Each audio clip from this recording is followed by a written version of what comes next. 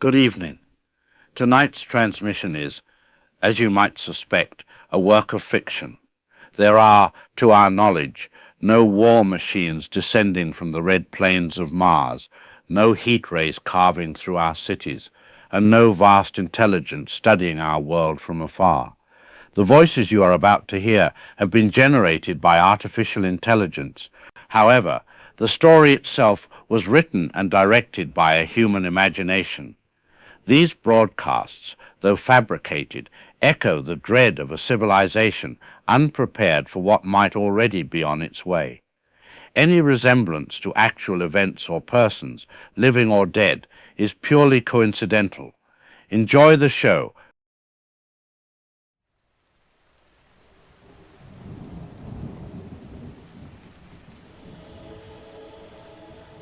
No one would have believed, in the early years of the 21st century, that slumbering beneath the Martian soil lay ancient intelligences, suspended in time long before human history began. No one could have dreamed that as mankind busied themselves about their various concerns, they were being watched, not by the living, but by dormant entities whose civilizations had perished millions of years before. With infinite complacency, mankind went to and fro about the globe, confident of our empire over this small, spinning fragment of solar driftwood which, by chance or design, had given birth to the human race.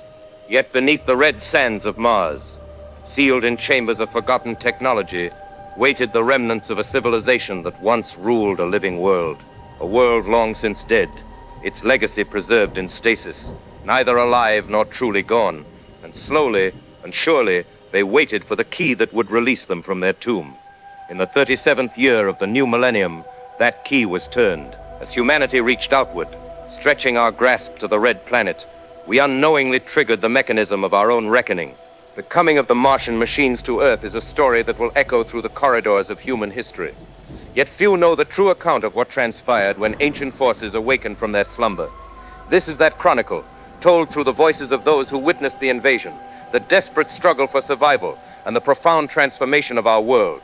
A testament to humanity's darkest hour, when everything we knew hung in the balance.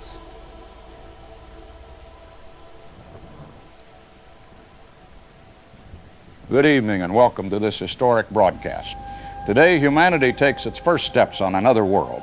After a journey of 7 months, the Ares mission has successfully landed on the surface of Mars, and within the hour, the first human being will set foot on Martian soil. We are joined by millions around the world witnessing this monumental achievement in human exploration. We now go live to Mission Control in Houston, where our reporter Rachel Summers is standing by. Thank you, Ray. The atmosphere here at Mission Control can only be described as electric. Scientists, engineers, and mission specialists who've worked for years on this project are gathered around monitors, some openly weeping with joy as the landing telemetry confirmed success just 20 minutes ago. The spacecraft touched down in Jezero Crater at exactly 9:47 a.m. Eastern Time, and Commander Robbie Wells is scheduled to exit the lander at the top of the hour. What's remarkable is the calm professionalism displayed by the crew despite the enormity of the moment. Their communications have been crisp, focused, though you can hear the emotion just beneath the surface. Back to you, Ray. Rachel, we understand there will be a live audio feed of Commander Wells' first steps. Do we have an update on when that will begin? Yes, Ray. We're told the feed will be active in approximately 3 minutes. Commander Wells has completed the final suit checks and is preparing to open the hatch. The delay in communication is about 11 minutes each way due to the distance between Earth and Mars. So what we'll hear happened 11 minutes ago on the Red Planet. Mission Control has gone almost completely silent now as everyone waits. While we wait for that historic moment, let me bring in Dr. Richard Pearson, lead scientist for the Ares program. Dr. Pearson, help our viewers understand the significance of what we're witnessing today. Thank you, Ray. What we're about to witness represents the culmination of decades of scientific advancement and international cooperation. This mission is not just about planting a flag or leaving footprints. The Ares crew will conduct experiments that could fundamentally change our understanding of Mars's past habitability, its geological composition, and perhaps most importantly, whether life ever existed there. They'll be deploying a network of seismometers to study the planet's internal structure, collecting samples from various sites around Jezero Crater, which once held an ancient lake, and setting up the groundwork for future missions. This isn't just a milestone in space exploration, it's humanity expanding its presence in the solar system. I understand the crew will remain on the surface for approximately 30 days. What are the primary objectives during this time? The primary mission has 3 key objectives. First, to establish that humans can safely live and work on the Martian surface, testing life support systems, radiation shielding, and the psychological effects of being so far from Earth. Second, to conduct that detailed geological survey I mentioned, particularly focusing on the ancient lakebed sediments, which might contain evidence of past microbial life. And third, to test technologies for using Martian resources to sustain future missions, what we call in situ resource utilization. They'll be experimenting with extracting water from the soil and generating oxygen from the carbon dioxide atmosphere. But I'd be remiss not to mention that the crew has also been given some leeway to explore areas of scientific interest as they arise. Mars has surprised us at every turn with our robotic missions, and having human intuition and adaptability on the ground will be invaluable. We're being told the audio feed from Mars is about to go live. Let's listen in to Commander Robbie Wells as he prepares to take humanity's first steps on Mars. Houston, this is Wells. Hatch is open. I'm at the top of the ladder now. Systems are nominal. The view is absolutely breathtaking. The red surface stretches out to a horizon that seems closer than Earth. The sky has this dusty, butterscotch hue that no photograph has truly captured. I'm proceeding down the ladder now. 4 steps, 3, 2, 1, contact. This is Commander Robbie Wells of Earth. Today we take our place among the stars. Not as visitors, but as explorers, builders, dreamers. What began as a distant light in our night sky will become the next chapter in our story. Mars is no longer a destination. It's a beginning. Copy that, Commander. Your words are being heard by billions on Earth. Godspeed to you and the crew. There it is. History made with those simple steps. Let's go back to Rachel at Mission Control for the reaction there. Ray, I'm struggling to put into words the emotion in this room. People who have dedicated their entire careers to this moment are embracing, cheering, some simply standing in silent awe. The screens here show the other crew members preparing to exit the lander as well. Science Officer Dakota Meridian will be the second human on Mars, followed by the rest of the 5-person team. Outside Mission Control, crowds have gathered by the thousands, watching on giant screens. Similar scenes are playing out in cities worldwide. This truly is humanity's achievement, not just America's. Back to you, Ray. Thank you, Rachel. Dr. Pearson, as we watch this unfold, what's going through your mind as someone who helped make this possible?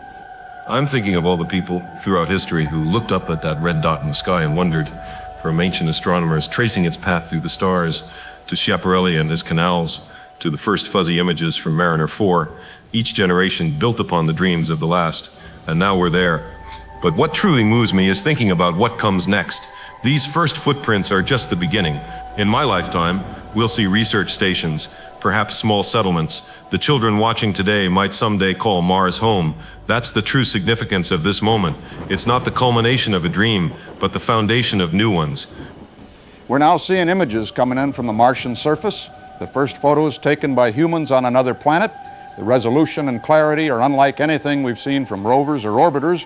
Dr. Pearson, what are we looking at here? Those are the first human-taken photographs from the surface of Mars. You can see the landing site in Jezero Crater, with those distinctive features we've been studying from orbit for years. That ridge in the distance will be one of their exploration targets.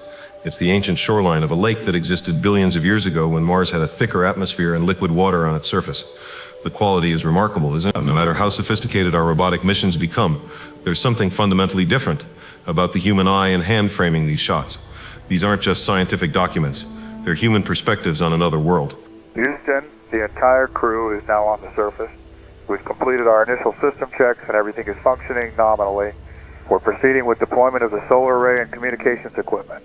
The Martian soil feels firm beneath our boots, with a fine layer of dust that kicks up slightly with each step.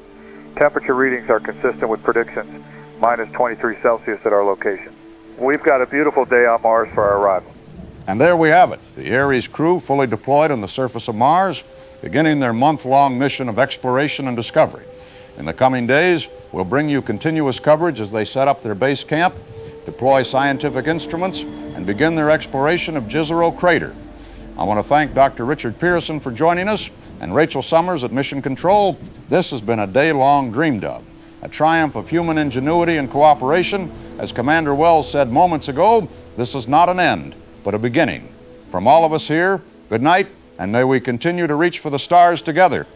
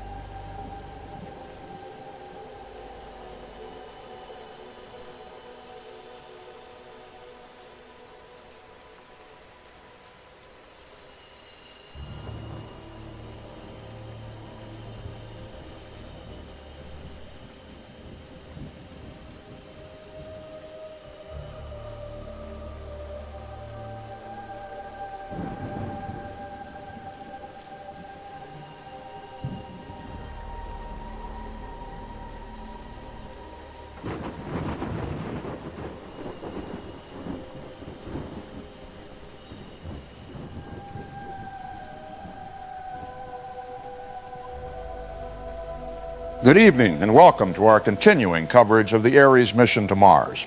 We're now 18 days into humanity's first expedition to the Red Planet, and the crew has been making remarkable progress with their scientific objectives.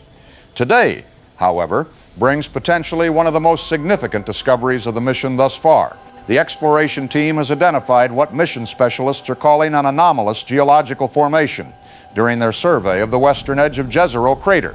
We go now to our correspondent Rachel Summers at Mission Control for the latest. Rachel? Ray, there's a palpable sense of excitement here at Mission Control tonight following the discovery reported by the Ares team approximately 6 hours ago. According to the initial transmissions, Commander Wells and Science Officer Meridian were conducting a routine geological survey about 2 kilometers from the landing site when they encountered what appears to be a cave entrance partially obscured by Martian regolith. What makes this particularly interesting is that initial readings suggest unusually regular geometric patterns within the formation. I've spoken with several mission specialists here who emphasize that natural processes can create seemingly regular structures, but they admit this particular find has captured everyone's attention due to its unexpected location and configuration. Let me share with you some of the actual audio transmission received from Commander Wells earlier today. Houston, Wells here. We've come across something approximately 2 clicks west of base that doesn't match any of our geological predictions for this region.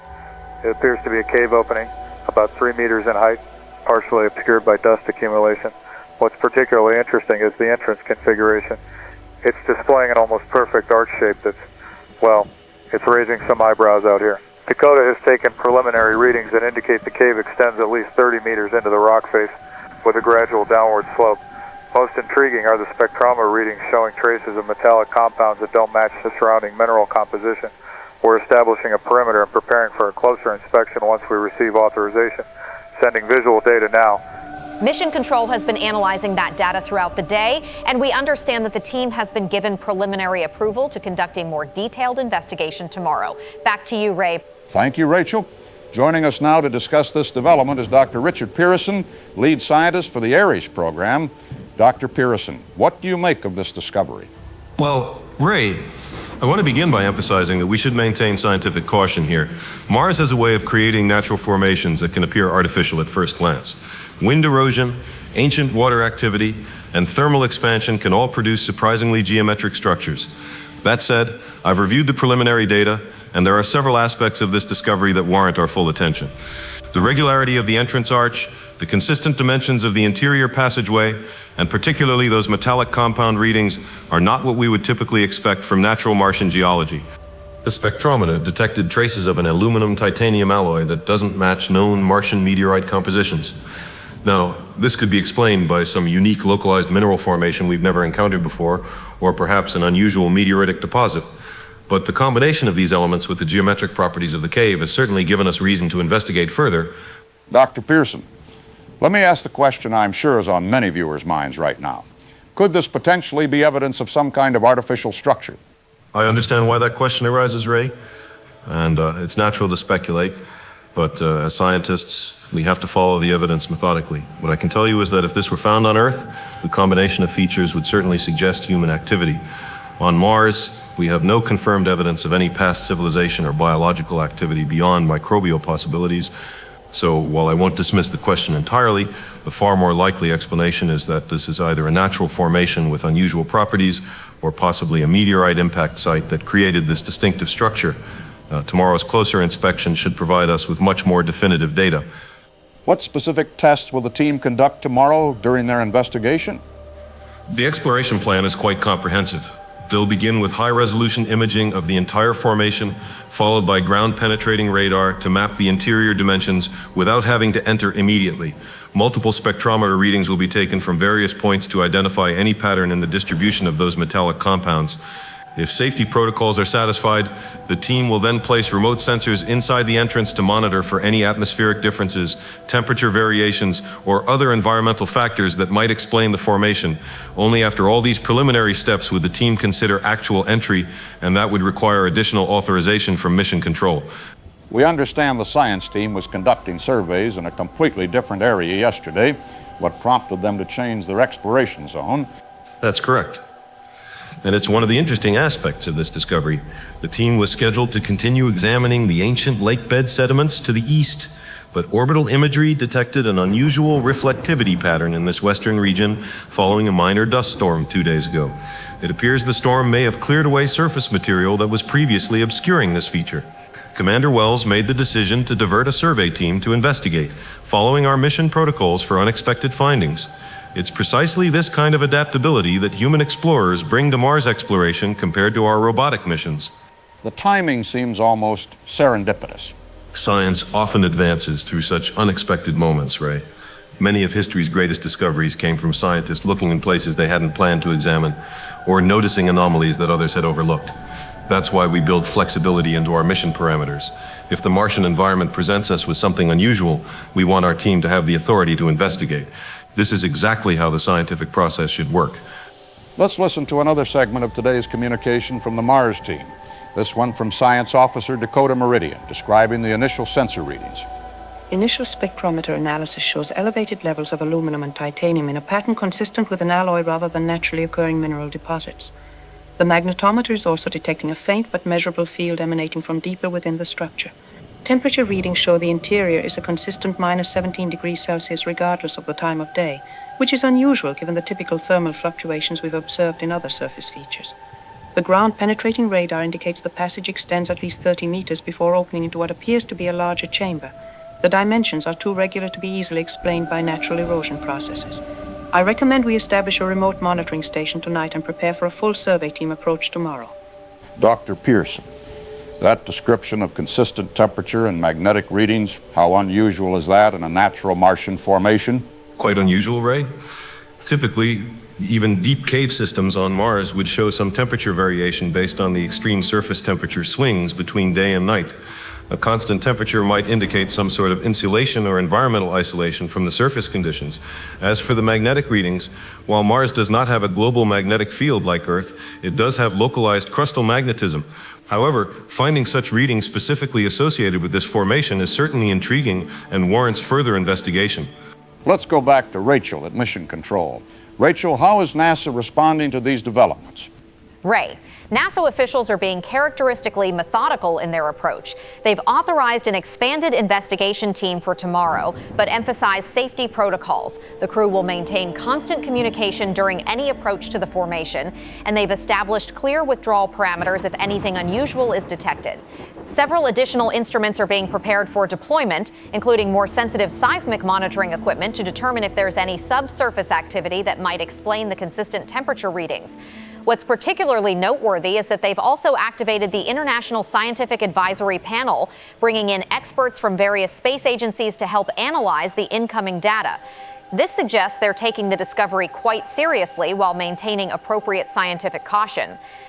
One interesting development I can report is that they're carefully reviewing all previous orbital imagery of this region to determine how long this feature might have been present. Preliminary analysis suggests it may have been partially visible in images from as far back as the Mars Reconnaissance Orbiter in the early 2000s, but was largely obscured by surface material until now. Thank you, Rachel. Dr. Pearson, a final question before we conclude. Regardless of what this turns out to be, how significant is this discovery in the context of Mars exploration? At minimum, Ray, this represents an unprecedented opportunity to study Martian geological processes.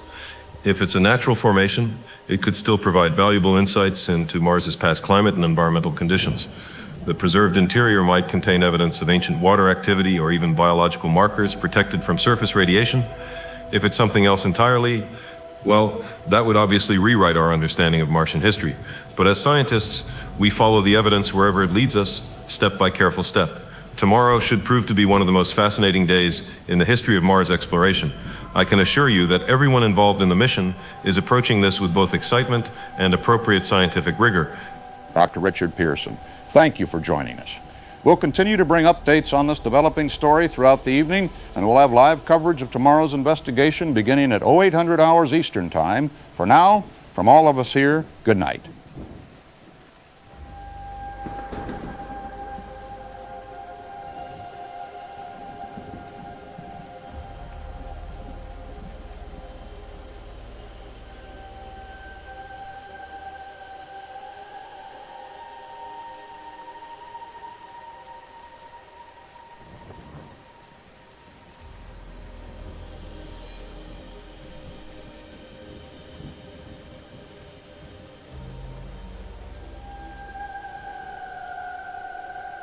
This is Truth Frequency, broadcasting on secure channels for those with eyes to see and ears to hear. This is Roger Thornhill, and if you're just tuning in, you need to understand what's happening right now, what they don't want you to know about Mars. For decades, I've been telling you about the classified Mars findings, the structures the government agencies have been hiding, the anomalies they've scrubbed from public images. And today they finally slipped up. They couldn't contain it anymore.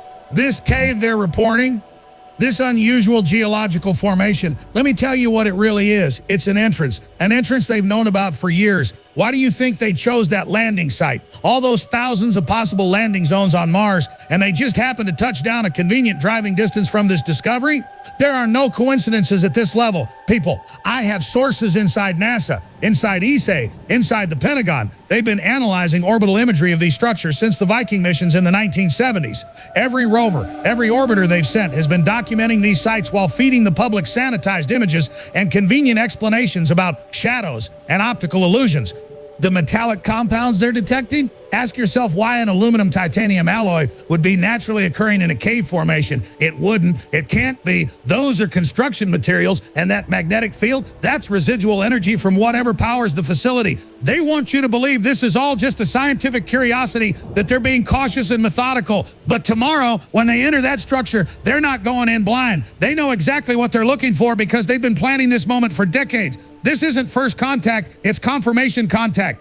Let's take our first caller. Go ahead, you're on Truth Frequency. Hey Roger, long-time listener. I've been following the Mars mission closely, and something doesn't add up about their equipment. That ground-penetrating radar they mentioned, it's way more sophisticated than what they disclosed in the mission manifests. I work in geological surveying, and the resolution they're claiming for subsurface imaging exceeds anything commercially available. They brought specialized equipment specifically designed to locate and map artificial structures. Exactly. The public mission objectives are just the cover story. The real mission parameters were established long ago. Let's take another caller. Roger. Have you noticed how the official NASA photos of the cave entrance are all shot from angles that minimize its geometric precision? I've been frame by framing the video feed and enhancing the background elements. The entrance isn't just unusually regular, it's a perfect arch, with what appear to be worn inscriptions along the upper frame. They're deliberately downplaying what they've found. They always do. Classic limited hangout strategy. Acknowledge part of the truth to hide the bigger picture. One more caller before the break. I don't think people understand what's at stake here. The government has been preparing contingency plans for decades. I worked security on classified projects where they were wargaming scenarios for public disclosure of extraterrestrial artifacts. They've already scripted how this plays out. First, it's an unusual formation, then a potentially artificial structure, then evidence of ancient civilization. They're conditioning us slowly for what they already know is down there. And that's why this broadcast matters. That's why they try to silence us, why they call us conspiracy theorists, because when tomorrow comes, when they discover exactly what they went there to find, you'll know the truth. You'll know this wasn't chance. You'll know they've been lying for generations. When we come back, I'll share exclusive images my sources have provided showing similar structures found by previous missions, images that never made it to the public domain. This is Truth Frequency. Stay vigilant. Stay tuned.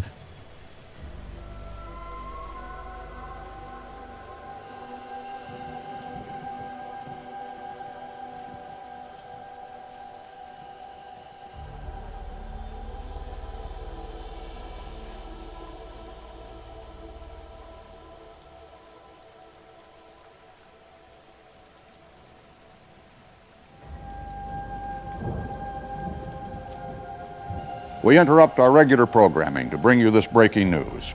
Approximately 43 minutes ago, NASA reported a loss of communication with the Ares Mars expedition during their investigation of the geological formation discovered yesterday.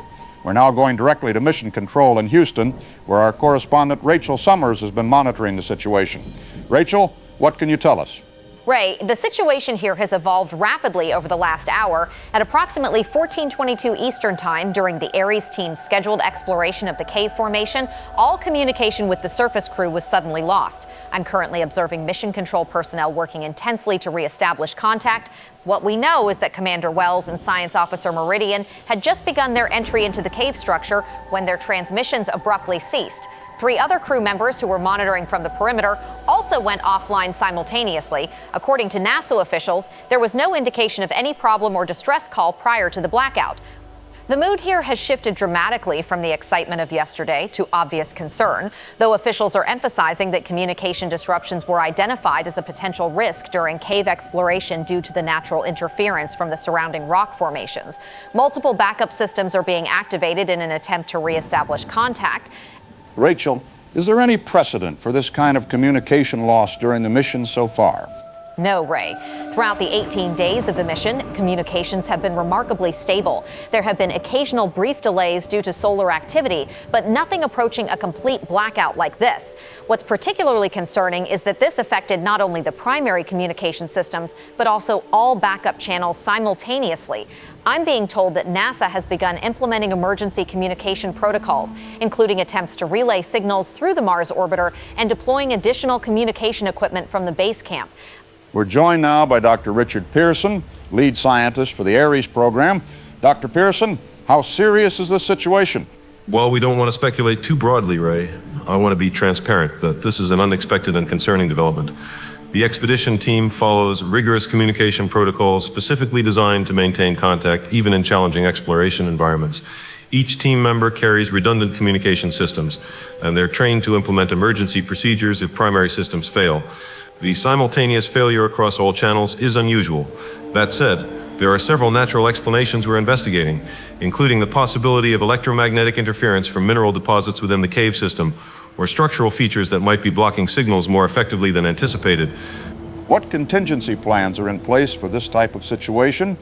The mission has comprehensive emergency protocols.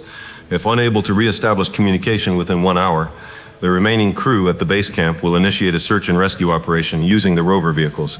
They're equipped with more powerful communication systems and specialized equipment for challenging environments. Additionally, all explorers carry locator beacons that operate on separate frequencies from the main communication systems. We're currently attempting to detect signals from these beacons. I should note that the crew is extensively trained for communication failures and has clear guidelines for self-extraction if needed. They would immediately begin making their way back to the entrance while deploying signal boosters at regular intervals.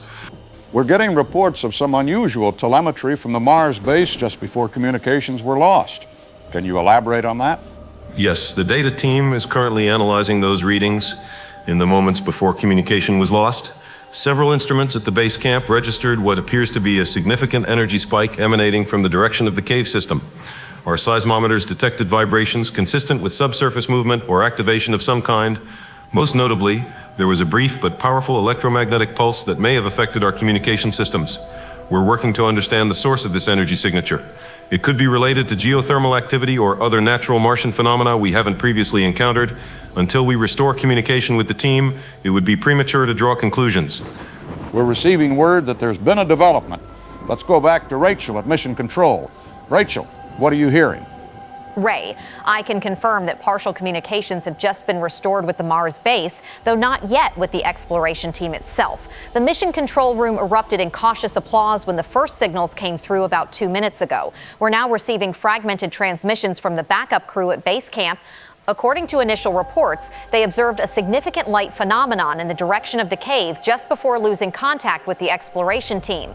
They described it as an intense blue-white illumination that appeared to emanate from within the cave entrance, visible even from their position 2 kilometers away.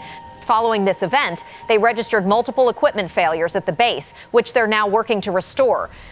I'm also hearing that the orbital imaging satellites are being repositioned to provide visual confirmation of the exploration team's status.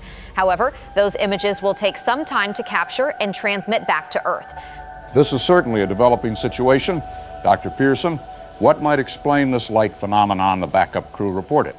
Without more data, I can only offer preliminary possibilities. The description is consistent with a high-energy electrical discharge, something akin to lightning, but potentially generated through different mechanisms in the Martian atmosphere.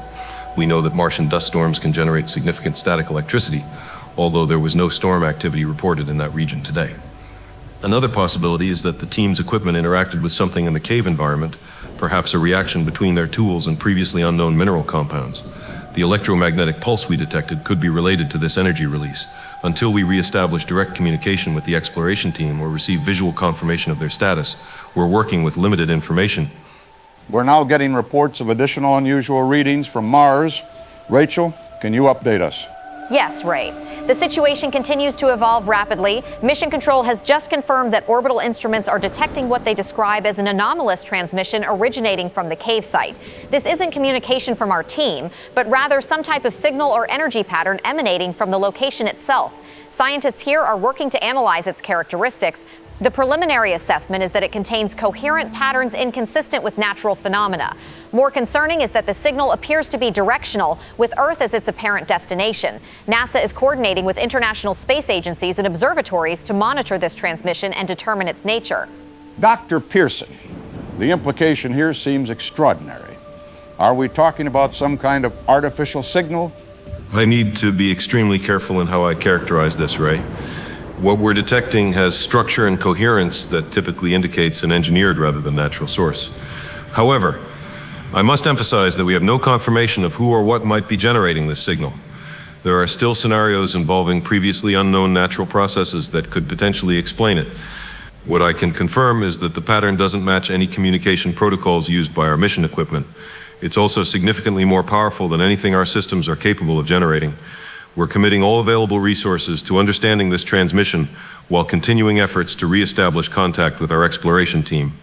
I understand we're receiving partial audio from the exploration team. Do we have that available? Yes, Ray. Mission Control has just cleared a brief audio segment for broadcast. This was received approximately 4 minutes ago through one of the emergency channels. The quality is degraded, but you can hear Commander Wells speaking. Let's listen. Repeat.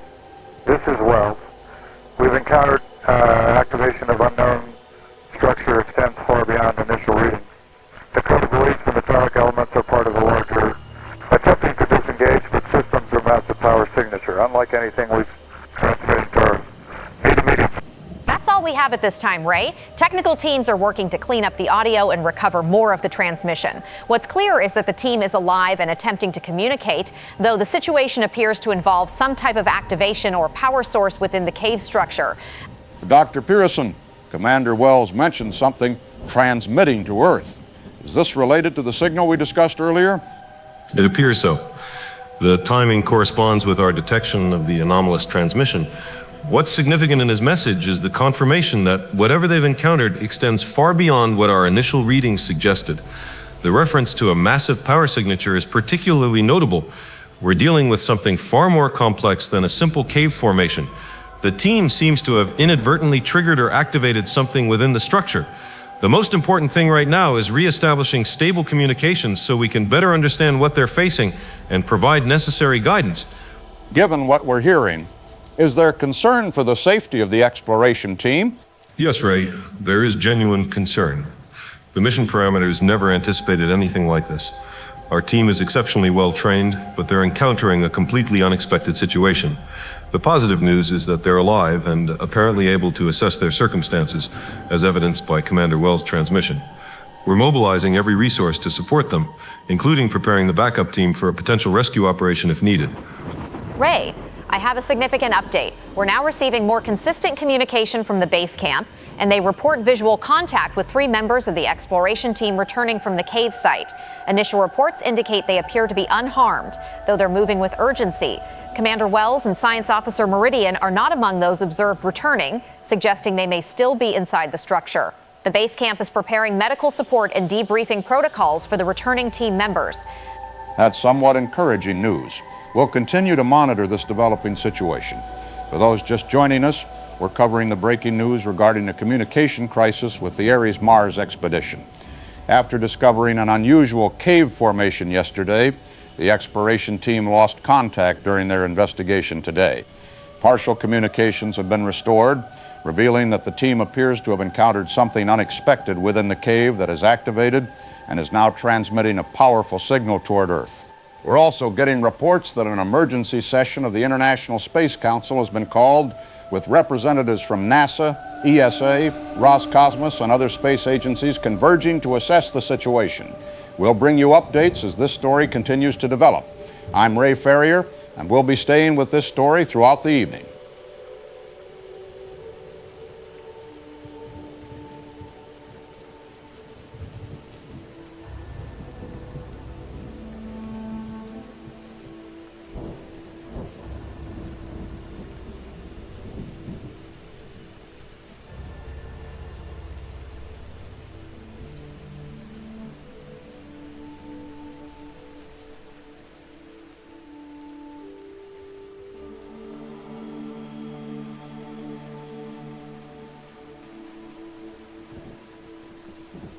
We're interrupting our ongoing coverage of the Mars mission situation to bring you this breaking news.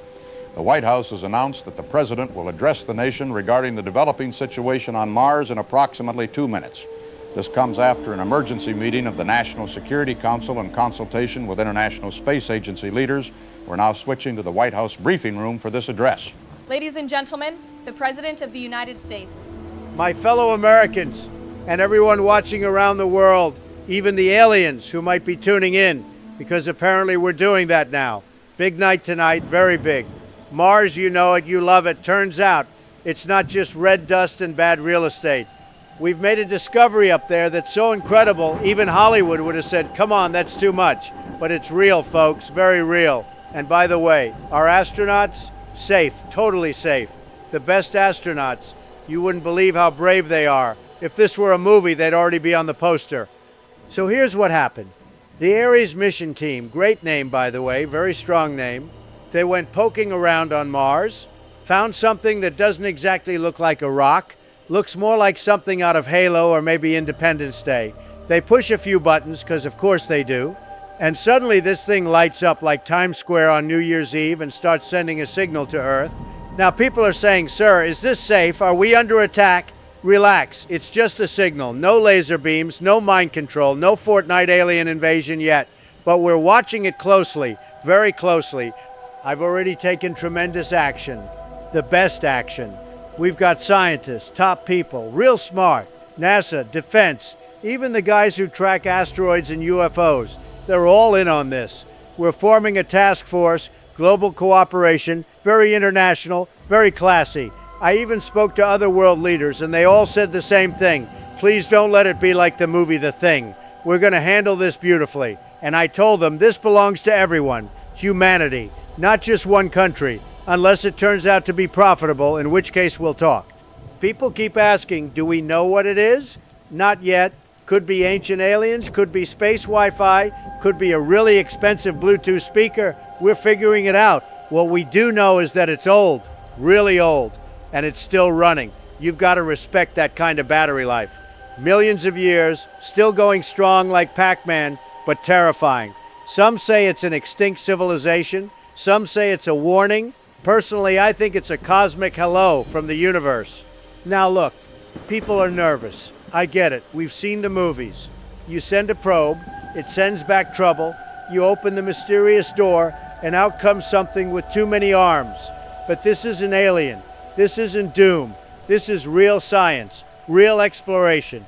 And we're going to handle it smarter than the characters in every bad sci-fi film who split up to investigate the noise. Our Mars crew is staying safe. They're keeping their distance. And they're not touching anything else that glows or hums, okay? I made that very clear. I've also told NASA to be transparent. We're not hiding anything except maybe spoilers. You'll get updates, you'll get footage, you'll get the facts. We'll even make it entertaining. If we have to announce first contact, we'll do it live, prime time, right between Jeopardy and The Mandalorian. Because if the aliens are coming, we want good ratings. And I've told the media, keep it real. No War of the Worlds panic. No clickbait. Just facts, folks. Calm, cool, collected, like Keanu Reeves in The Matrix.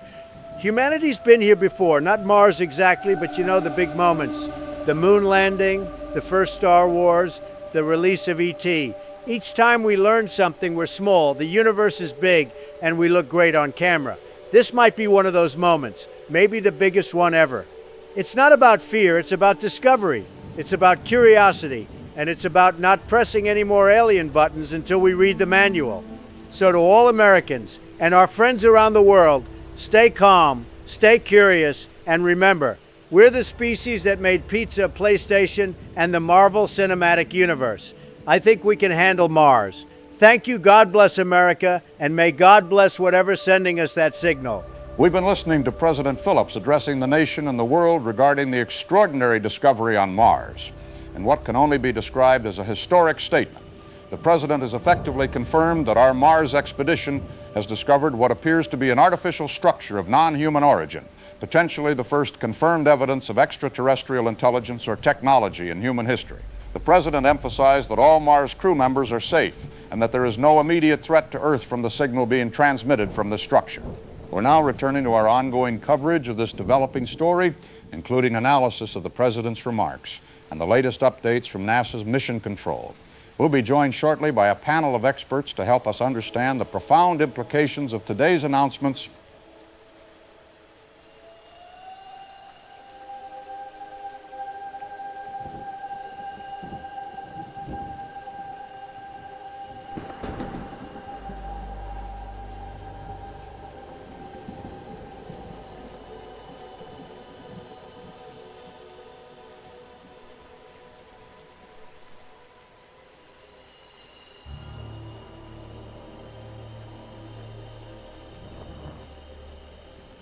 This is an emergency broadcast of the Frontier Hour. I'm Leon Kennedy. As most of you have likely heard by now, a situation is unfolding with the Ares Mars mission involving loss of communication during exploration of a newly discovered cave structure. We've been granted extraordinary access to bring you this emergency interview with NASA spokesperson Orson Kane, who joins us now via direct link from Johnson Space Center. Mr. Kane, thank you for making time during what must be an incredibly tense situation. Can you give us the latest status update on the Mars team? Thank you, Leon. I appreciate the opportunity to provide accurate information during this developing situation. As of 20 minutes ago, we've confirmed that 3 of the 5 exploration team members have safely returned to the Mars base camp. They're currently undergoing medical evaluation, but preliminary reports indicate no physical injuries. Commander Wells and Science Officer Meridian remain at the cave site. We've established intermittent communication with them, enough to confirm they're alive and working to exit the structure. The primary challenge we're facing is significant electromagnetic interference that's disrupting normal communication channels. This interference appears to be emanating from within the cave structure itself, following what the team described as an activation event during their exploration. Activation event. That sounds rather ominous. What exactly happened in there? Based on preliminary reports from the team members who've returned to base, they discovered that the cave extends much further than our initial readings suggested. Approximately 30 meters into the structure, they encountered what appeared to be a chamber with distinctive geometric features and unusual material composition. When the team began conducting standard scientific measurements, their equipment apparently triggered some form of energy reaction within the chamber. The team described a series of lights activating along the walls in sequential patterns, followed by what they characterized as a humming vibration throughout the structure. This culminated in a significant energy discharge that temporarily disabled most of their equipment and initiated the electromagnetic interference we're currently experiencing. That description sounds less like a natural cave and more like, well, some kind of artificial structure. Is NASA considering that possibility? We're considering all possibilities based on the evidence at hand, Leon. What I can tell you is that the features reported by the team don't align with our understanding of natural Martian geological formations. The materials, the geometric precision, and particularly this energy reaction all suggest something beyond natural processes as we currently understand them. Our scientific team is analyzing the data without preconceptions about its origin. I want to emphasize that we're taking a measured, evidence-based approach. Speculation doesn't serve anyone at this point, especially our team members still on Mars. Our immediate priority is ensuring their safe return to base camp, while collecting as much reliable data as possible about what they've encountered. There are reports of some kind of signal being transmitted from Mars toward Earth following this activation. Can you confirm that? Yes. I can confirm that our monitoring stations have detected a high-powered transmission originating from the cave site. The signal appears to be directed specifically toward Earth, though we don't yet understand its purpose or content. It contains structured patterns that our communications team is working to analyze. What I can tell you is that it doesn't match any known natural phenomenon or any communication protocol used by our mission equipment. We've activated our deep space network and partnered with international space agencies to track and study this transmission. The signal strength is far greater than anything our own systems are capable of generating, which gives you some indication of the power source involved. How concerned should we be about this signal? Is there any sense of its intent, for lack of a better word? That's a natural question, Leon, but it presupposes more than we can scientifically verify at this point. A signal having intent implies an intelligence behind it, and while we're not ruling out any possibilities, we need to approach this methodically. The signal could be automated. Think of it as a beacon or alert system activated by the team's presence. What I can tell you is that the signal poses no direct threat to Earth. It's an electromagnetic transmission, not unlike radio waves or other forms of radiation that constantly reach us from space. Our primary concern remains the safety of our Mars team and ensuring we fully understand what they've encountered. The timing of this discovery seems remarkable. Just when we finally send humans to Mars, they stumble upon what appears to be something significant that's been hidden there. Was there any indication from previous Mars missions that suggested something like this might exist? That's a complex question. Our robotic missions have provided extensive mapping of the Martian surface, but they have limitations in terms of what they can detect, particularly subsurface features. The cave entrance was partially obscured by surface material until a recent dust storm altered the landscape. What I can tell you is that we've been reviewing historical imaging data, and there were some anomalous readings in this general region detected by the Mars Reconnaissance Orbiter years ago. At the time, they were classified as interesting but inconclusive features that warranted future investigation. The Ares mission landing site was selected for multiple scientific reasons, including proximity to several geological zones of interest. This particular feature was on our exploration list, but its true nature has clearly exceeded our expectations. Let's talk about Commander Wells and Science Officer Meridian, who are still at the site. What's their status, and why haven't they been able to exit the structure? Based on our limited communications, we understand they retreated deeper into the structure during the initial energy discharge to document what was happening. The electromagnetic interference is more pronounced near the entrance, which has complicated their exit. They're working their way out while gathering crucial data. Commander Wells' last transmission indicated they've found what appears to be a control mechanism of some kind and are attempting to understand if it could be used to deactivate the energy field. They've reported no immediate danger to their safety, and their life support systems remain functional. We've instructed the base camp team to prepare a specialized extraction operation if they don't emerge within the next hour. Given what you've described, it's difficult not to consider the possibility that we've discovered evidence of an extraterrestrial civilization or technology. Is NASA prepared to acknowledge that possibility? Leon, NASA's mission has always been to follow the evidence wherever it leads us. Throughout our history, we've maintained an open scientific inquiry into the possibility of extraterrestrial life. What I can tell you officially is that the features observed in this Martian structure exhibit characteristics consistent with technological design rather than natural formation. Whether this represents evidence of an extraterrestrial civilization is a significant scientific question that requires rigorous analysis before we can make any definitive statements. We're gathering data, consulting with experts across multiple disciplines, and maintaining the scientific method throughout this process. If the evidence ultimately points to an artificial origin from non-human sources, we will report that conclusion transparently. How is the international community responding to these developments? There's been extraordinary cooperation across space agencies worldwide.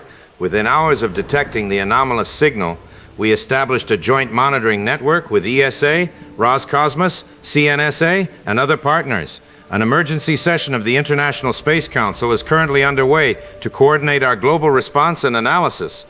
There's universal recognition of the potential scientific significance of this discovery, regardless of its ultimate explanation. National security councils have also been briefed, which is standard protocol for any unexpected development in space exploration. The scientific community is mobilizing resources to help analyze the incoming data, with specialists in archaeology, linguistics, energy physics, and other relevant fields being consulted. Final question. Mr. Kane, the world is watching this situation unfold with a mixture of wonder and concern. What message would you like to convey to the public right now? I want to emphasize 3 key points. First, our primary focus remains the safety of our Mars team. We have highly trained professionals both on Mars and here on Earth working tirelessly to ensure their well-being. Second, we're committed to scientific integrity throughout this process. We'll follow the evidence methodically and report our findings transparently. Finally, I'd encourage the public to approach this situation with both wonder and patience. What we're witnessing may represent one of the most significant scientific discoveries in human history. Understanding its full implications will take time and careful analysis. Regardless of the outcome, this moment demonstrates why we explore, to push the boundaries of knowledge and to better understand our place in the cosmos. We'll continue to provide updates as the situation develops. Orson Kane, NASA spokesperson, Thank you for joining us during this extraordinary moment. We'll continue to follow developments closely.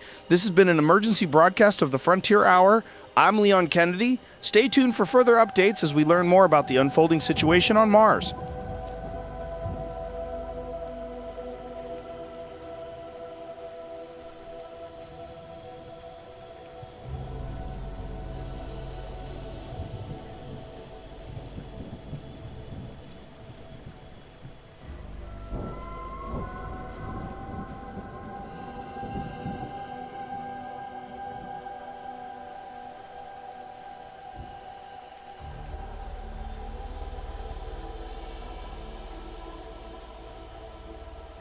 This is an emergency broadcast.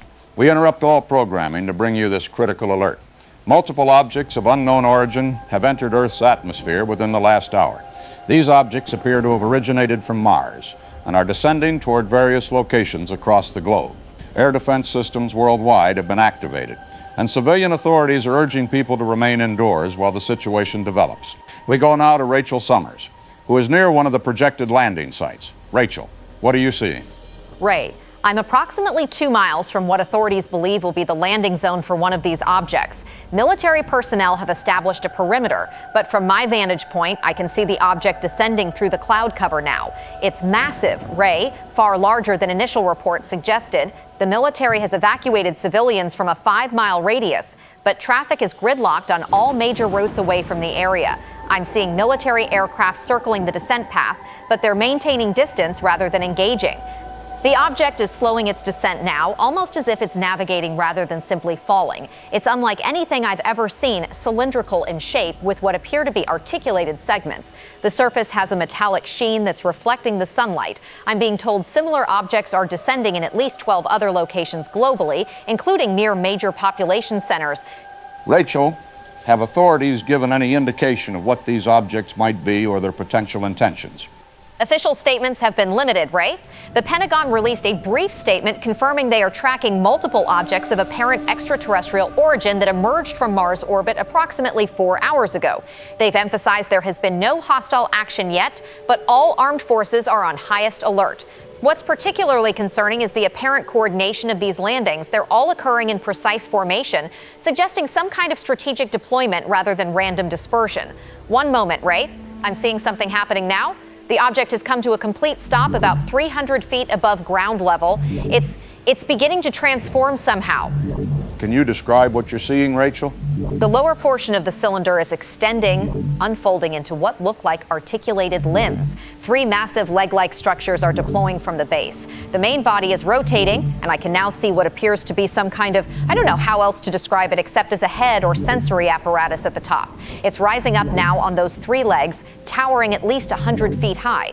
The military vehicles are backing away, maintaining their perimeter, but clearly reassessing their approach. This isn't just a landing craft, Ray. It's some kind of machine or vehicle. We're receiving similar reports from other landing sites. These objects appear to be transforming into tripod-like structures.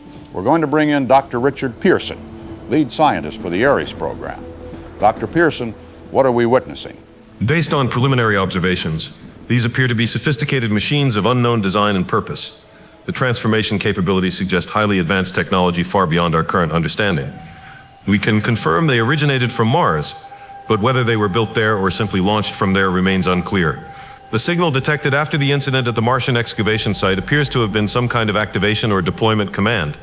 However, we have no concrete evidence regarding who created these machines or when. Are you suggesting this could be an invasion?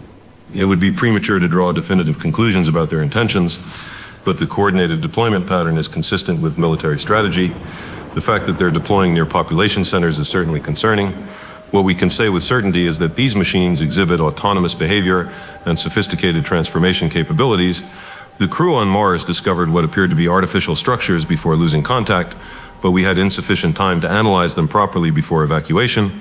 These tripod machines may be connected to those structures, but our understanding is extremely limited at this point. Ray, the situation is escalating rapidly. Military forces have established communication attempts, but the tripod is now advancing toward the perimeter. I'm seeing troops taking defensive positions. Aircraft are moving into what appears to be engagement formation. Wait, the top portion of the tripod is opening. There's some kind of device extending. It's firing some kind of energy weapon. Multiple military vehicles have been hit. They're just disintegrating on contact. The troops are returning fire, but their weapons appear to have no effect. There's some kind of shield or field around the tripod, deflecting everything. People are fleeing in all directions. The tripod is moving with incredible speed for its size, advancing toward the population center. Rachel, you need to get out of there immediately. All civilians in these areas need to evacuate. I'm trying, Ray, but roads are completely congested. The tripod is moving faster than people can evacuate. It's now firing that weapon in multiple directions. Buildings, vehicles, everything it hits is just dissolving. I need to move locations. I'll try to maintain communication as long as possible. We're receiving reports of similar scenarios unfolding at all landing sites. Military forces engaging with no apparent effect on these machines. Dr. Pearson, is there any indication of a vulnerability or way to stop these machines? Our scientific teams are analyzing all available data, but we're essentially encountering technology potentially centuries beyond our own. The energy weapons and defensive capabilities we're witnessing have no analog in Earth science. We're monitoring frequencies, radiation signatures, and electromagnetic patterns to try to understand how these machines function.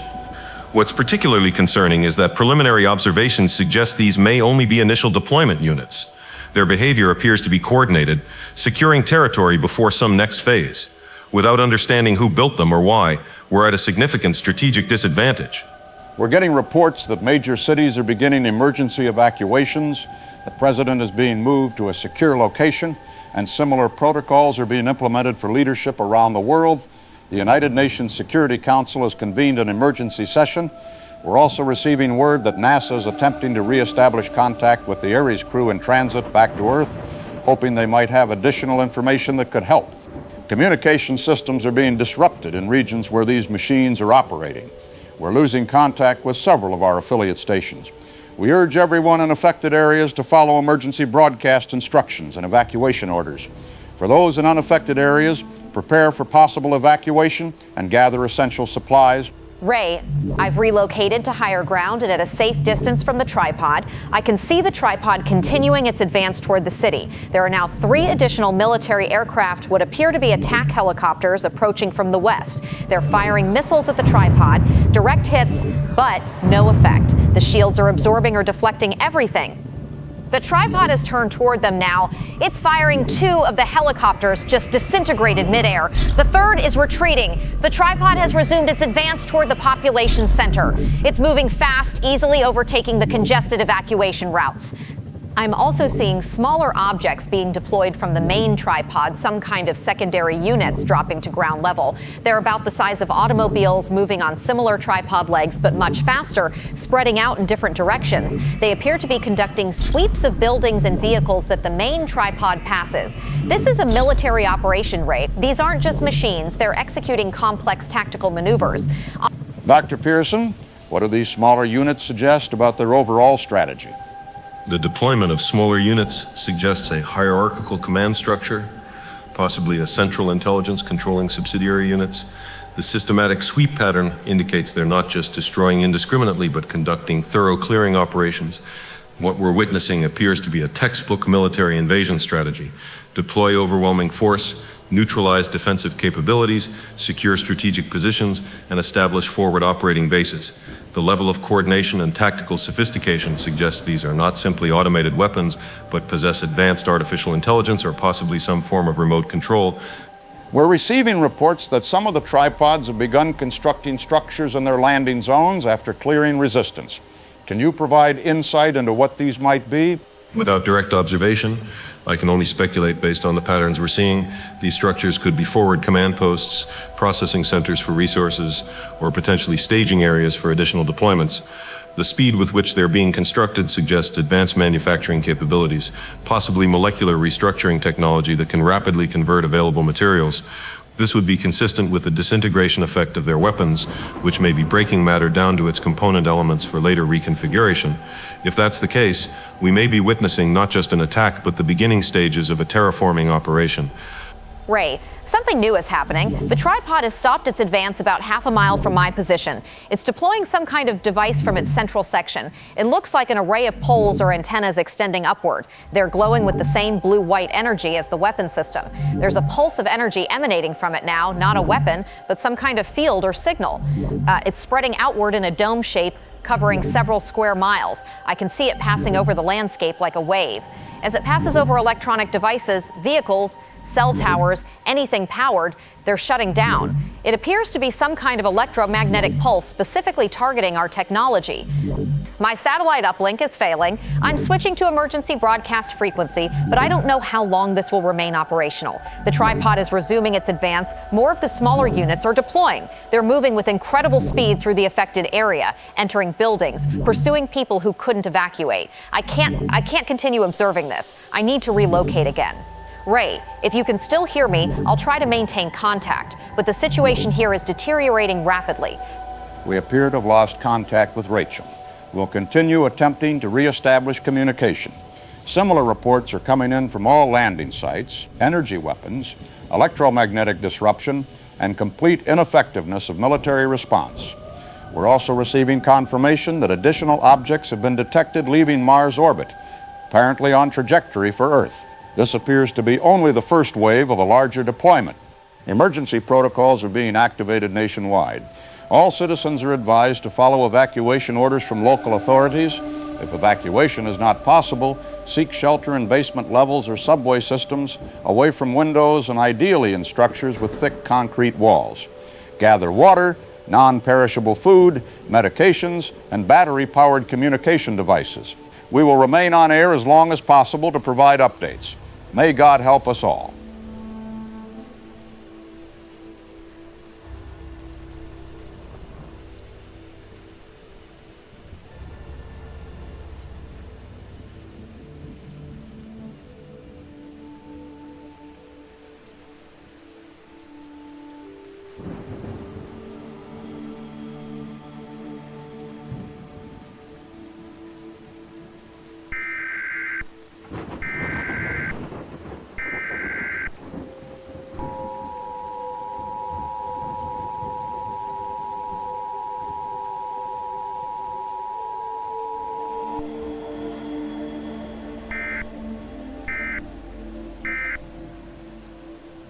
This is not a test. This is not a test. The following message is transmitted at the request of the United States government and is effective immediately for all states and territories.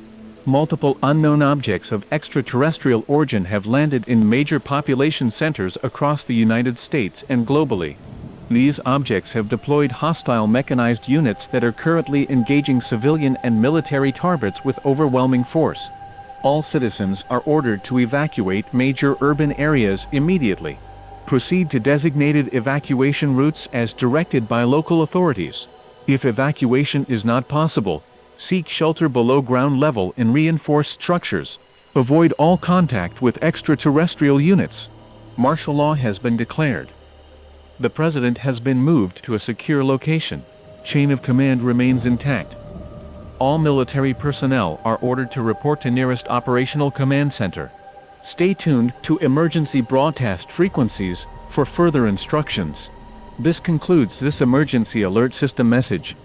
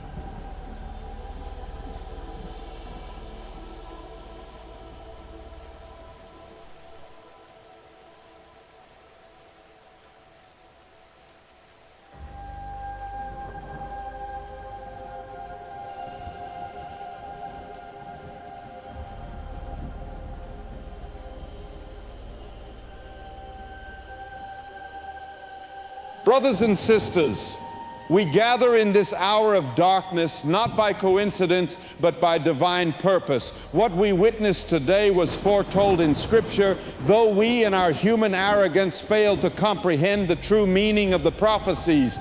The book of Revelation speaks of the sky opening and terrors descending upon the earth. The prophet Joel tells us, I will show wonders in the heavens and on the earth, blood and fire and billows of smoke. The sun will be turned to darkness and the moon to blood before the coming of the great and dreadful day of the Lord. What are these machines from Mars if not the horsemen of our apocalypse? What is this fire from the sky if not the judgment long foretold? The hubris of man has reached to the heavens, and now the heavens respond with fury and fire. For generations, we have turned from the path of righteousness. We have worshiped false idols of technology and progress. We have placed our faith in science rather than Scripture, in human achievement rather than divine guidance. And now, brothers and sisters, the reckoning is upon us. These machines, these tripods that walk the earth destroying all before them, are they not described in Ezekiel's vision? Their legs were straight, their feet were like those of a calf and gleamed like burnished bronze. Each had 4 faces and 4 wings. The prophet saw through the veil of time, glimpsing the terror that would one day come. He described it in the only terms his ancient mind could comprehend, but we who see it now recognize the truth. This is the beginning of tribulation, the commencement of the end times that will separate the saved from the damned. I hear the cries of fear all around us. I see the panic in your eyes. But I say to you, do not fear the destruction of the body, but rather the damnation of the soul. These invaders may destroy our cities, our nations, our very civilization, but they cannot touch the eternal spark that binds us to our Creator. This is the moment of decision for each soul on earth. Will you turn to God in this darkest hour? Will you finally cast aside the false securities of this world and embrace the only true refuge? The machines cannot be defeated by human weapons. Our military might crumbles before them like dust. Our technology fails in their presence. This is no mere war, no simple conflict between worlds. This is judgment. This is the cleansing fire that must come before salvation. For behold, the day is coming, burning like an oven, when all the arrogant and all evildoers will be stubble. The day that is coming shall set them ablaze, says the Lord of hosts, so that it will leave them neither root nor branch. Fall to your knees, brothers and sisters. Repent while there is still breath in your bodies. The time for half measures and lukewarm faith has passed. The winnowing of souls has begun. Those who have ears to hear, let them hear the truth. This is not random destruction. This is not chance. This is the fulfillment of divine plan, the culmination of prophecy, the reaping of what mankind has sown through generations of sin and defiance. Look not to your governments for salvation. Look not to your weapons or your wealth or your wisdom. None of these will stand before the fire that now consumes our world. Look only to heaven, cry out for mercy, and prepare your souls for judgment. And there will be signs in sun and moon and stars, and on the earth distress of nations in perplexity because of the roaring of the sea and the waves, people fainting with fear and with foreboding of what is coming on the world. For the powers of the heavens will be shaken. Let us pray together in these final hours. Let our voices rise as one in supplication and surrender. Father in heaven, we acknowledge your sovereignty over all creation. We confess our sins of pride and disobedience. We have turned from your ways and placed our trust in mortal things. As judgment falls upon our world, we cry out for mercy, not for our bodies, which are dust, but for our eternal souls. Grant us the strength to face this tribulation with faith. Give us the courage to stand firm in our belief, even as the world burns around us. Let each heart here be cleansed and prepared for what comes after, whether it be martyrdom or witness to your final victory. The end times are upon us, Lord. We surrender to your will. Let your kingdom come, your will be done, on earth as it is in heaven. Amen.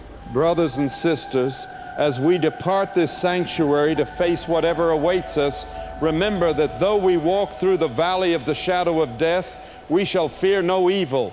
These machines may destroy our flesh, but our spirits belong to eternity. The tribulation has begun, but salvation awaits the faithful. Go now with God's name on your lips and His truth in your hearts. The time for preparation has ended. The time of reckoning is here.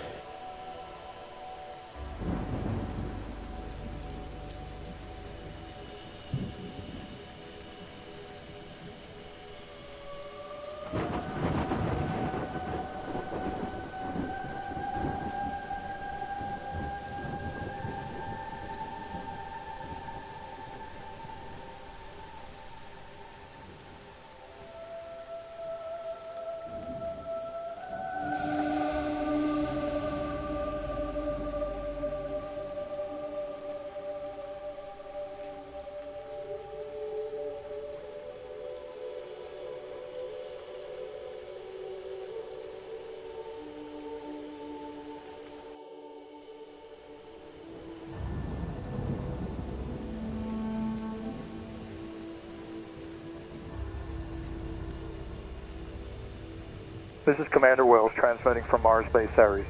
If you're receiving this, relay to all appropriate authorities immediately. We've established emergency power after the base sustained damage. All crew members are alive, though Science Officer Meridian requires medical attention. What we're witnessing on Mars is critical information for Earth's defense. The structure we discovered is part of a vast network extending across the planet. These installations are activating simultaneously, revealing massive launch facilities unlike anything in human technology. We've documented hundreds, possibly thousands of objects launching from the Martian surface toward Earth. Trajectory analysis confirms they're headed directly for your position. Based on launch patterns, what you're experiencing now appears to be only the first wave. We've observed smaller units launching first, followed by increasingly larger vessels, a coordinated military-style deployment. The machines show no response to our communication attempts. We've also observed periodic signal transmissions between the machines and central hubs here on Mars. Disrupting these signals might impact their coordination. Orbital scans show additional energy signatures building across the southern hemisphere, structures even larger than those currently deploying. If these activate, Earth will face a substantially greater threat. We're attempting to investigate these secondary sites despite considerable risk. Our return vehicle requires repairs, but we're prioritizing information transmission to assist Earth's defense. Be advised that communication windows are limited by power constraints and increasing interference. This is Commander Wells, Mars Base Ares, signing off. May God be with you all.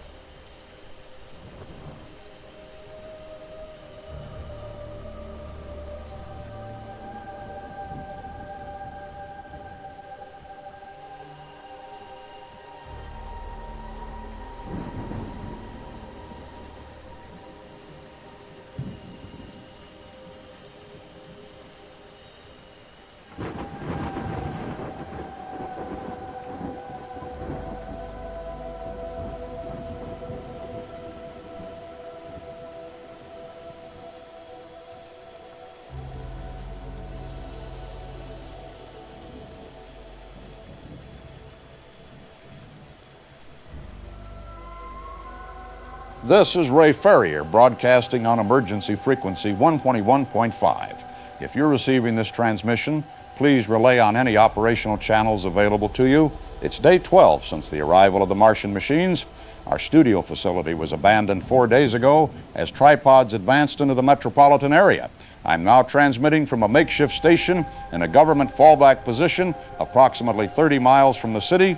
Power is intermittent and communications infrastructure has collapsed across much of the country. What we know is that Martian tripods have established control zones in and around major population centers worldwide. Military resistance continues, but has proven largely ineffective against their shields and weaponry. Refugee columns are moving away from occupied zones, hampered by disabled vehicles and electronic failures in the electromagnetic fields the tripods generate.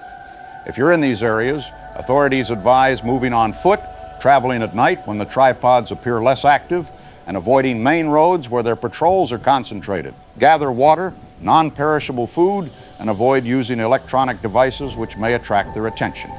We've established contact with a refugee column moving along the western evacuation route. We go now to Rachel Summers, who is embedded with these evacuees. Rachel, can you hear me? I'm here, Ray. The signal is weak, but I hope you're receiving this. I'm with a group of approximately 2,000 civilians moving west along what was formerly Highway 16. Most vehicles are inoperable due to the electromagnetic pulses, so people are traveling on foot, carrying what they can. The column stretches for nearly 2 miles. National Guard units are providing security on the flanks, but their effectiveness is limited by ammunition shortages and equipment failures. We've been moving primarily at night. During daylight hours, the column disperses into wooded areas adjacent to the road to avoid detection from aerial scouts deployed by the tripods.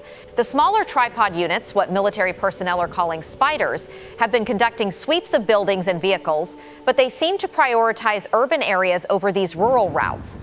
What I'm witnessing is both heartbreaking and inspiring, Ray. Families carrying children and supporting elderly relatives, strangers sharing limited supplies. Doctors and nurses have established walking medical stations moving with the column, treating injuries and illness with dwindling resources. There's a determination here, a quiet, desperate resilience. These people have lost homes, livelihoods, in many cases family members, but they keep moving forward. I'm standing now with Michael Reeves, a civil engineer who witnessed the initial tripod deployment in the city. Mr. Reeves, can you tell us what you saw? We had no warning. The tripod landed in the central plaza and just unfolded. 3 legs extending upward until it towered above the buildings. People were taking videos, staring in amazement. Nobody was running yet. We didn't understand what was happening. Then it activated some kind of scanning beam, sweeping across the crowd. After that, it began firing that disintegration weapon. The police tried to respond, but their bullets did nothing, just sparked off some kind of energy shield. The National Guard arrived with heavier weapons, but they couldn't penetrate it either. Then smaller units deployed from the main tripod, spreading through the streets, entering buildings. They weren't just killing, they were hunting, methodically clearing every structure. I escaped through the subway tunnels with a group of others. The machines seemed to have trouble tracking us underground. Thank you, Mr. Reeves. Ray, we're also hearing consistent reports that these machines are constructing large structures in the occupied zones. Sarah Mills is a pilot who flew reconnaissance before airspace became too dangerous. Miss Mills, what did you observe? I was flying a civilian helicopter modified with surveillance equipment. The tripods have established what appear to be processing centers, massive geometric structures with multiple levels. They're extracting materials from buildings, vehicles, even the soil, and feeding them into these processors. The air quality in these zones has already changed dramatically. There's a reddish haze surrounding these structures, and temperature readings show significant increases near them. What's most disturbing is that they seem to be altering the atmosphere itself. Our instruments detected higher carbon dioxide levels and reduced oxygen within the controlled zones. Whatever they're doing, they're transforming these areas into something that doesn't support human life. And they're working with incredible speed. These structures have gone from foundation to several stories in just days. Ray, I need to move positions now. We've received word that a tripod patrol is approaching from the east. The column is dispersing into the forest. I'll try to reestablish contact when we're secure. Stay safe, Rachel. We'll await your next transmission. For those just connecting to this emergency broadcast, we're providing updates on the Martian invasion now in its 12th day. The situation remains dire, with conventional military responses proving ineffective against their technology. We're joined now by Dr. Richard Pearson, who has been working with what remains of the scientific community to understand the Martian machines and search for potential vulnerabilities. Dr. Pearson, what can you tell us about the current situation? We've been analyzing data from various engagement sites and observation posts. The machines continue to demonstrate tactical coordination, suggesting some form of centralized command or shared intelligence network. Their primary focus appears to be establishing these processing facilities in major urban centers, which are indeed altering atmospheric composition in their vicinity. The purpose remains unclear, but the composition shifts suggest they're creating conditions that would be lethal for humans, but potentially more suitable for whatever intelligence controls these machines. We've also observed an interesting pattern in their electronic emissions. The machines transmit regular pulses toward Mars at precisely timed intervals. This suggests they may be reporting to or receiving instructions from some command structure there. We're working to decode these transmissions, which might provide insight into their operational protocols. Is there any progress on finding vulnerabilities or effective countermeasures? We have observed some promising developments. First, their shields appear to require significant energy, which means they can't maintain maximum protection continuously. There's a measurable fluctuation pattern, particularly after intensive weapon use. Second, the machines appear less effective in certain environments, particularly underground spaces, dense forest canopies, and areas with high electromagnetic interference. This might explain why they've prioritized open urban areas for initial occupation. Most significantly, we're seeing signs of performance degradation in some of the machines that have been operational the longest. Their movements are becoming less precise, and there are visible alterations to their external surfaces, something like corrosion or structural fatigue. This suggests they may not be perfectly adapted to Earth's environment, which could eventually present exploitable weaknesses. We're receiving reports of unusual atmospheric disturbances over the Atlantic. Our meteorological team is describing unprecedented cloud formations and energy readings unlike anything previously recorded. Dr. Pearson, could this be related to the Martian activity? We're monitoring those disturbances closely. They don't match the patterns associated with Martian machines thus far. The energy signatures and atmospheric composition are distinctly different. I hesitate to speculate without more data, but it's possible we're observing a new development or perhaps an unexpected reaction to the Martian alterations of our atmosphere. We have deployed what remote sensing equipment remains operational to gather more information. What's concerning is that these disturbances are moving westward, apparently on a trajectory that would bring them into contact with Martian-occupied areas within hours. Ray, this is Rachel. I've reestablished contact from a secure position. We're seeing something extraordinary in the eastern sky. The clouds have taken on a greenish luminescence with structures that look almost organic in nature. They're moving against the prevailing wind patterns, advancing rapidly toward our position and beyond, toward the city where Martian tripods have established their zone. Military observers with our group are reporting unprecedented readings on their remaining functional equipment. Whatever this phenomenon is, it's generating massive electromagnetic disturbances, different from, but possibly even more powerful than those produced by the Martian machines. The refugees are preparing to move again, uncertain whether this represents a new threat or, wait, something's happening. Rachel, can you describe what you're seeing? The clouds are descending. They're forming into distinct masses like inverted funnels, but with a structure that seems to pulsate and change shape. They're touching down approximately 2 miles east of our position, directly between us and the nearest Martian-controlled zone.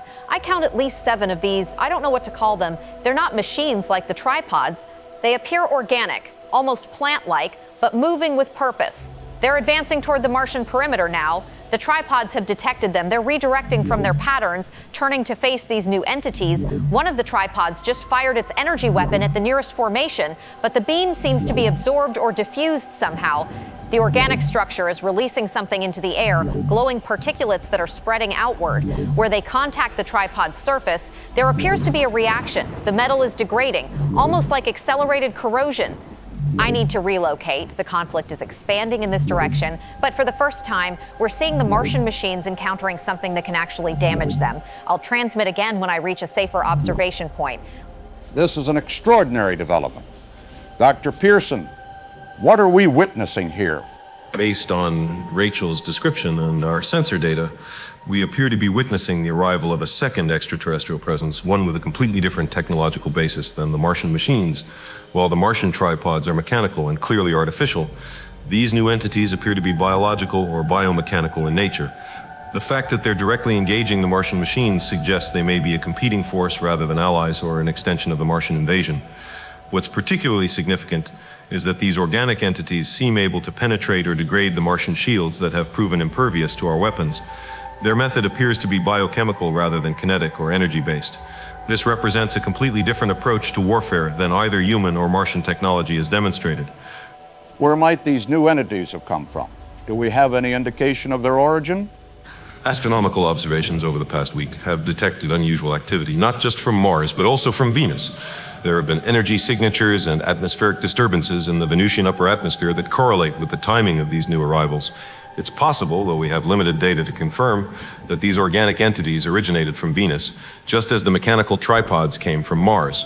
Why they would arrive now and immediately engage the Martian machines is unclear. They could be responding to the Martian invasion, perhaps detecting the changes the Martian processors are making to Earth's atmosphere. Alternatively, they might have been drawn by the same signal that apparently activated the Martian machines.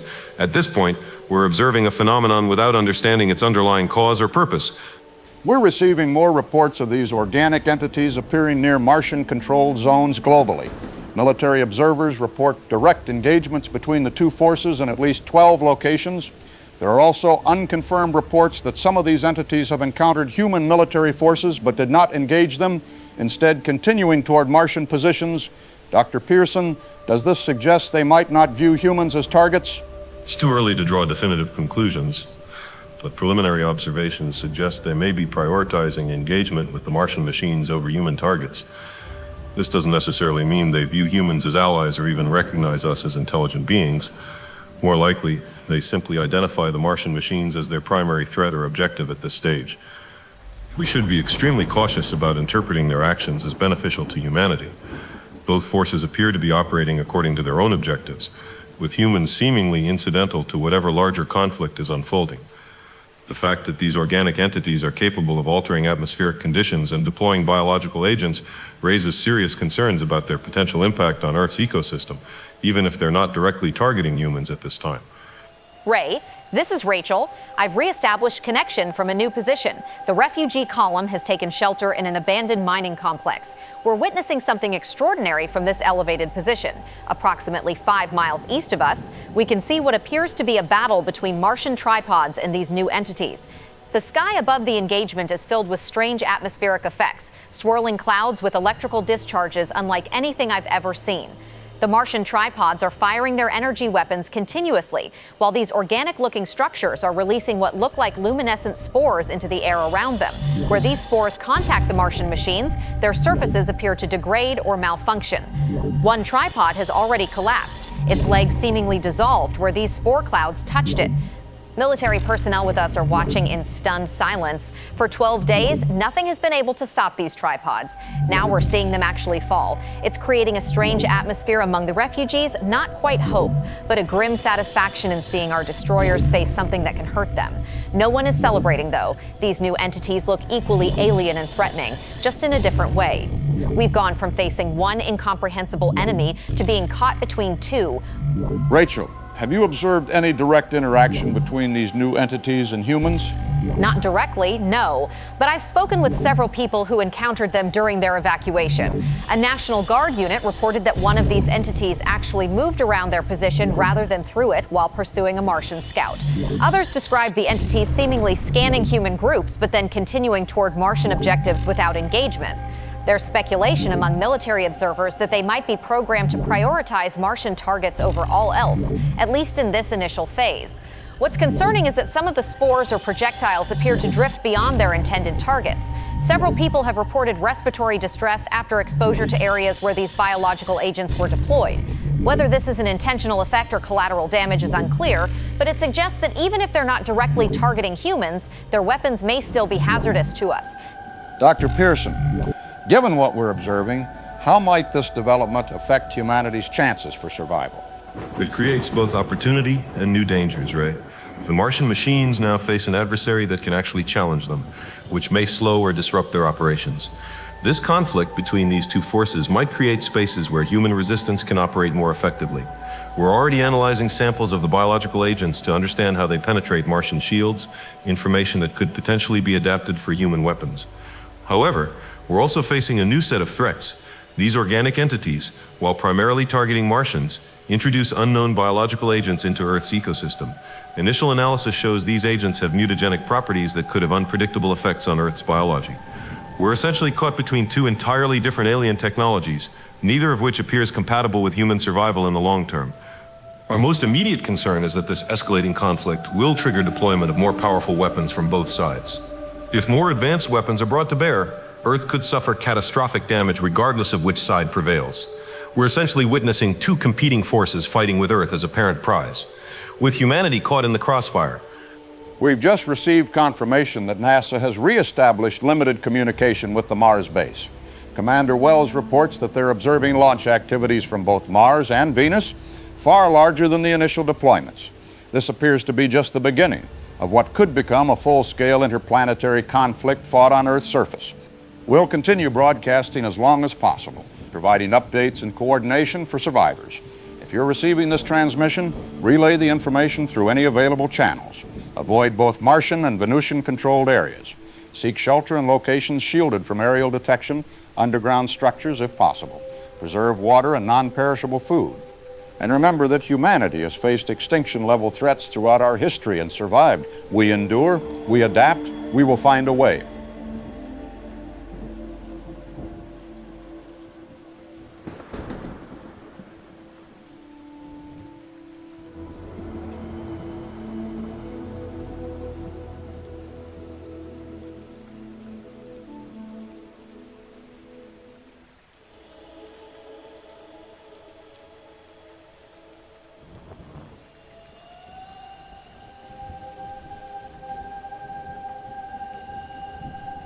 They think we don't know.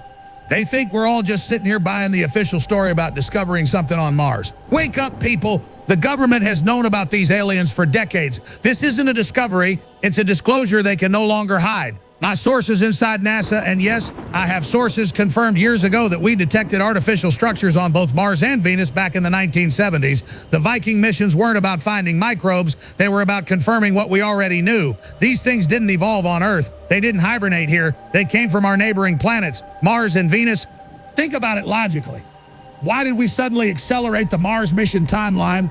Why the rush to get humans there after decades of just sending rovers? Because they knew what was waiting. They needed human hands to access what the machines couldn't. And what happens the moment our astronauts enter that cave? The whole system activates and launches an invasion fleet. That wasn't an accident. It was the plan all along. Look at the patterns of attack. These aren't random targets. They're following blueprints drafted decades ago in classified Pentagon war games. How to manage first contact scenarios they've been preparing since Roswell. I've been tracking unusual movements at military installations for years. 3 months before the Mars landing, they quietly activated 7 underground bunkers that had been dormant since the Cold War. The elites have known this was coming. They've prepared while keeping us in the dark. And here's what they don't want you to know. These two forces, the ones from Mars and Venus, they've been here before. Ancient texts from every civilization describe battles in the heavens between gods with completely different natures, one mechanical, one biological. This isn't first contact, it's their return. And our government knew it was only a matter of time. The transmissions, the ones they're claiming are just discovered.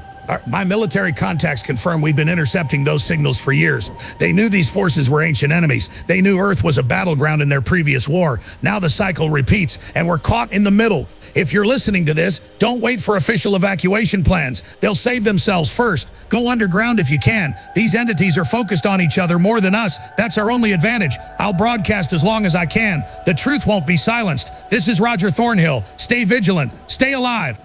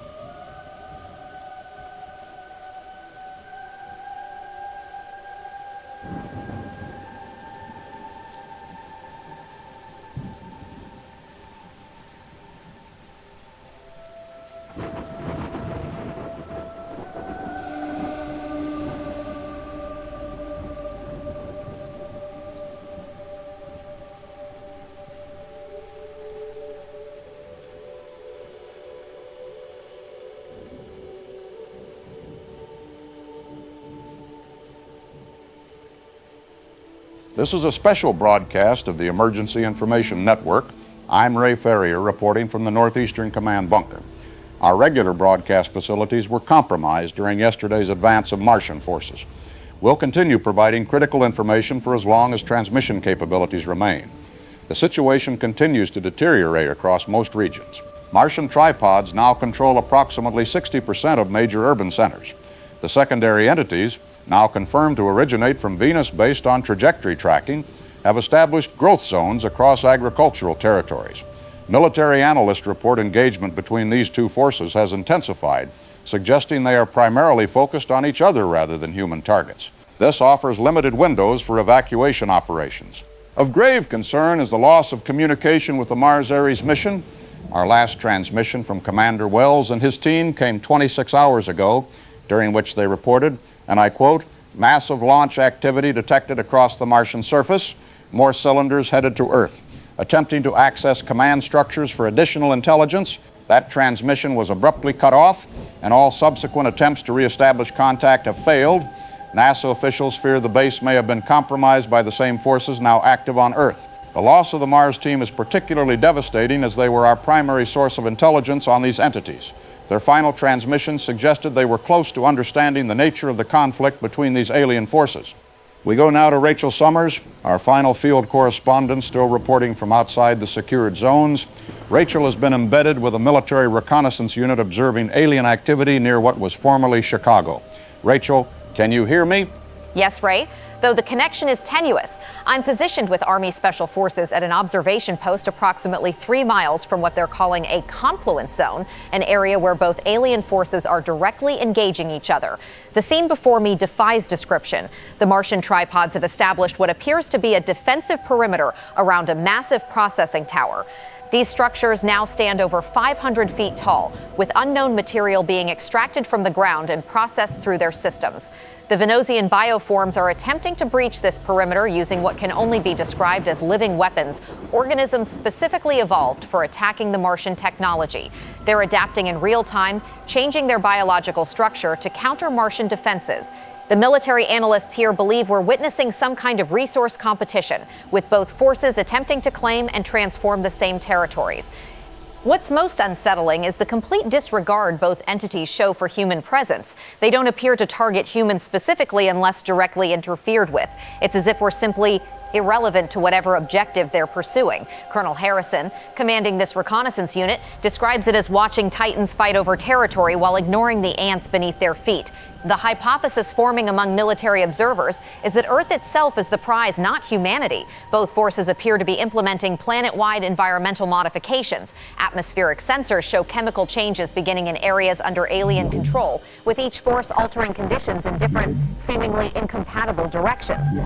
I'm now seeing increased activity at the perimeter. The Martian defenses are wait.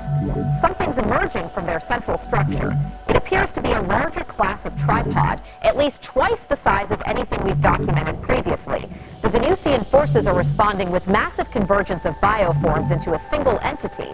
They've never seen anything like direct energy discharge. Can't maintain position. We need to move now.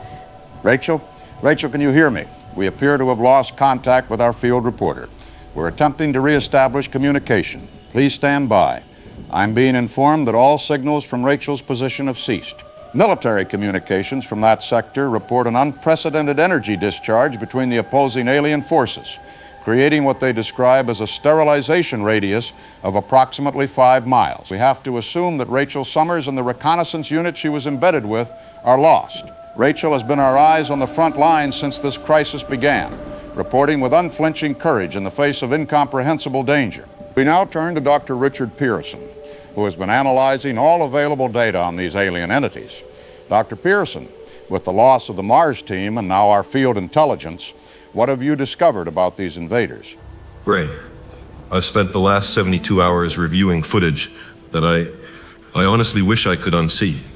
The information coming in from our forward observers paints a picture more horrifying than we initially understood.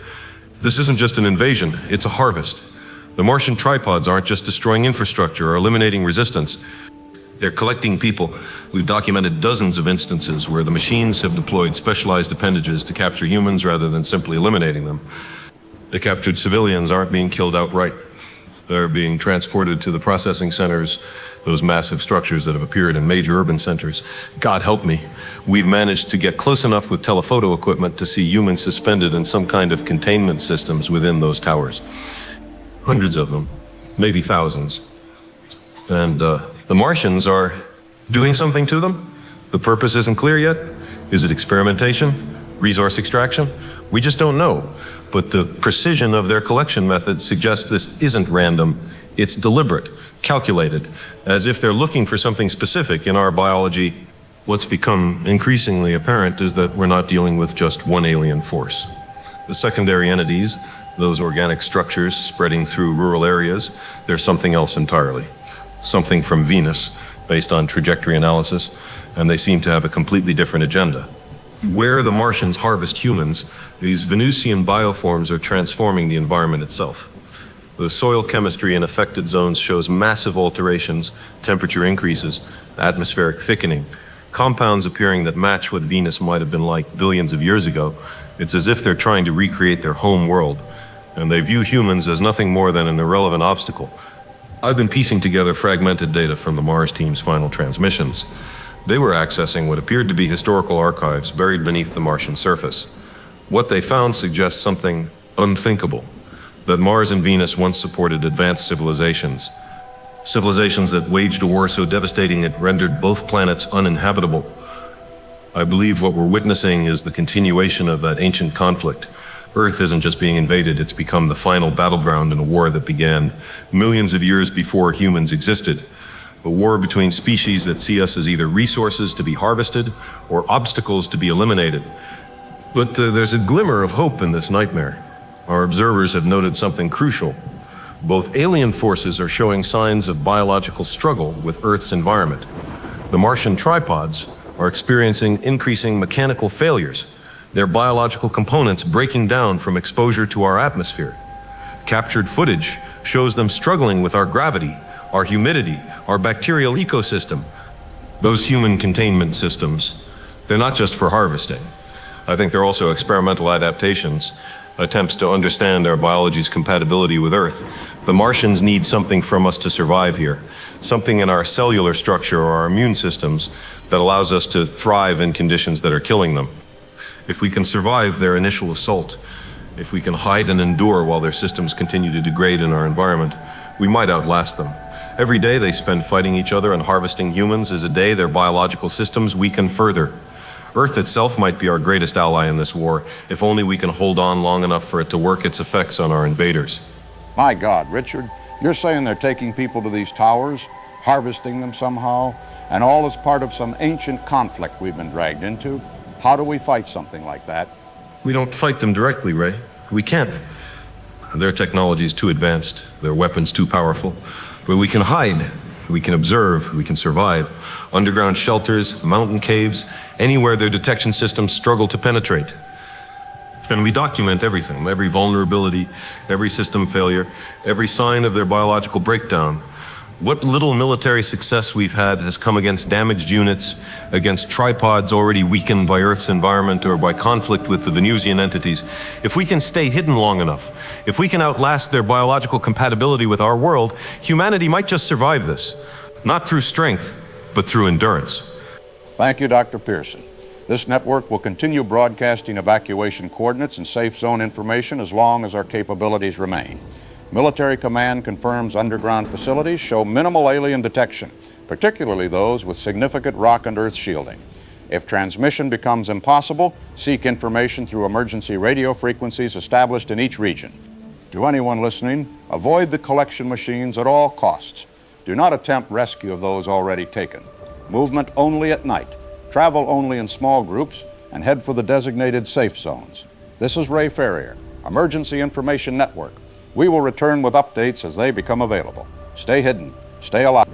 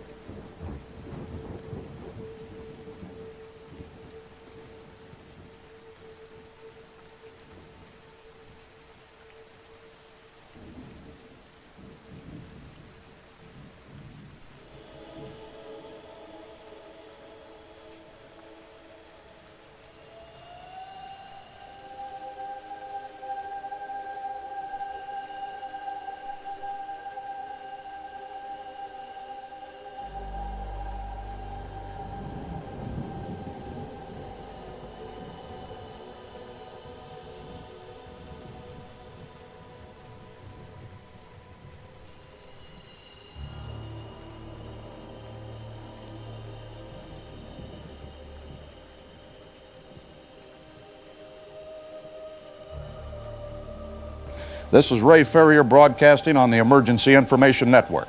We're transmitting from our third backup facility in 4 days as alien forces continue targeting communication infrastructure. Power grid stability has fallen below 30% nationwide. Internet connectivity exists only through isolated military channels. If you're receiving this broadcast, please relay information to those without access. The situation continues to deteriorate across all regions. Martian tripods now control most major urban centers and transportation networks. The Venusian bioforms have established dominance in agricultural and wilderness territories. Military Command confirms both alien forces continue to engage each other with increasing intensity, creating what they describe as contested zones where neither maintains stable control. These zones currently represent our only opportunity for evacuation and resource gathering operations. Government scientists have established a research facility at a classified underground location designated Bunker 7. We've managed to secure a communication link with Dr. Richard Pearson, who has been coordinating analysis of all available data on the alien entities. Dr. Pearson, can you hear me? Yes, Ray. Though we're experiencing significant interference, our power systems are operating on minimal capacity, and we may lose connection at any moment. We've received disturbing new intelligence from a military team that managed to infiltrate a Martian processing center last night. They rescued 3 civilians who had been held captive for nearly a week. What these survivors described, it confirms our worst fears about the human harvesting. The Martians are collecting everyone they can find, men, women, children, by the thousands. No one is being spared. The survivors reported being kept in transparent containment cells alongside hundreds of others. They described witnessing people having their blood and bodily fluids continuously drained. But it's not just extraction. The Martians are injecting something into the captives too. Some kind of biological agent that alters human physiology. One survivor showed signs of cellular changes unlike anything we've seen before. Their blood contains microscopic structures that appear to be hybrids, part human, part Martian. It's as if they're using humans as living laboratories, testing compatibility between our species. From what we can piece together, they're harvesting everyone for the same reason. Every human contains something the Martians desperately need, our natural immunity to Earth's bacteria. Earth's microbes are completely foreign to Martian biology. They have no defense against our common bacteria, but humans do. We've developed resistances over millions of years of evolution. The Martians are taking everyone they can find, extracting these immunities, trying to incorporate our defenses into themselves. The processing centers aren't weapons facilities. They're massive biological factories. There's something else. I need to be quick. The survivors reported hearing the Martians communicate, not through sound, but through some kind of shared consciousness. And they kept sensing one phrase repeatedly, the third enemy. We believe this may refer to... Dr. Pearson? Dr. Pearson, can you hear me? We appear to have lost connection with Bunker 7. We're attempting to reestablish communications through alternative channels. Please stand by. I'm receiving reports that Martian forces have breached the security perimeter around Bunker 7's geographic region. Military command indicates the research facility is implementing emergency evacuation protocols. We hope to reestablish contact with Dr. Pearson once his team reaches a secure location. I'm being informed that tripod signatures have been detected near our broadcast facility. We're implementing immediate security procedures. This transmission may be our final broadcast from established infrastructure. If we lose capability, resistance communications will continue through the emergency frequency protocol distributed last week. Designated frequency 87.5 will become the primary resistance channel. All citizens should prioritize immediate evacuation to designated safe zones. Military analysis indicates mountain regions, deep cave systems, and certain underground infrastructure show minimal alien interest or activity. These represent your best chance for survival until we need to evacuate immediately. This is Ray Ferrier, Emergency Information Network. Remember that humanity has faced extinction-level threats throughout our history and survived through adaptation and determination. This is not the end. It is simply the next chapter in our fight for survival. We will broadcast again.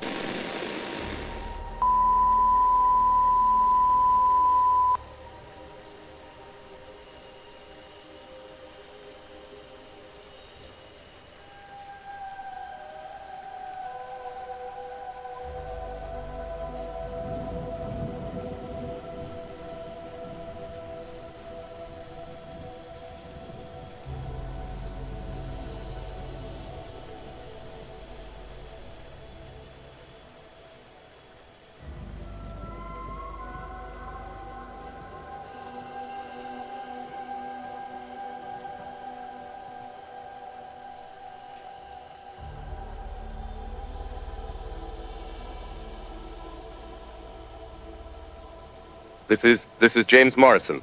I'm broadcasting on a modified ham radio setup from somewhere in what used to be the western suburbs. Not giving exact locations anymore. They might be listening. It's been 3 days since the network went down. 3 days of absolute silence except for them. The mechanical howling of those tripod things. The strange organic sounds from the other ones. I've been moving only at night, staying underground during daylight.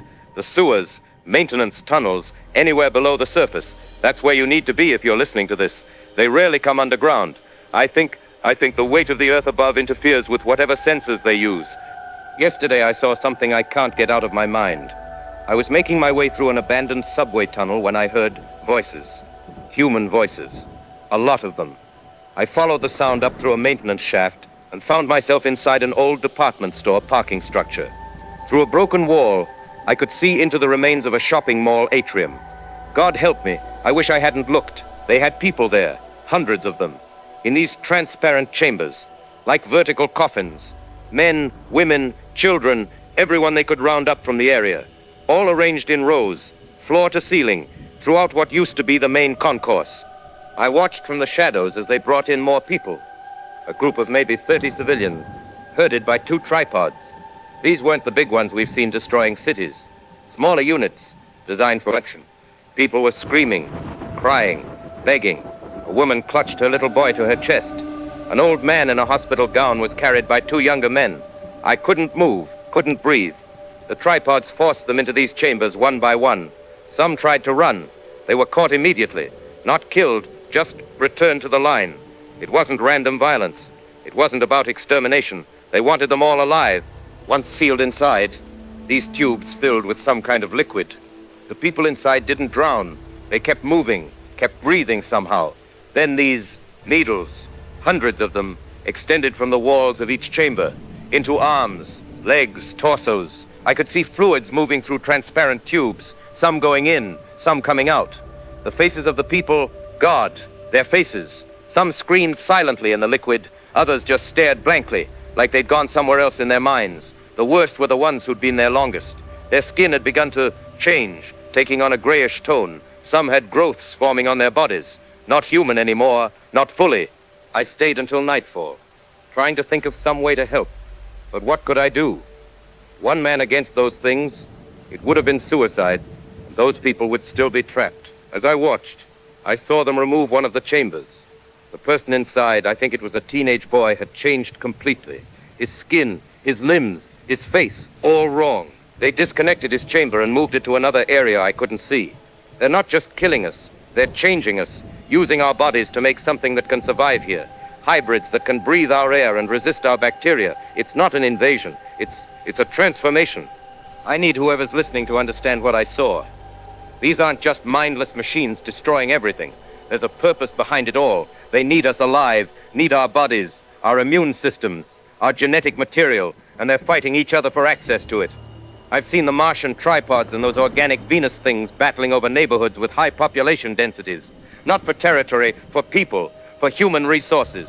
We're not just collateral damage in their war, we're the prize they're fighting over.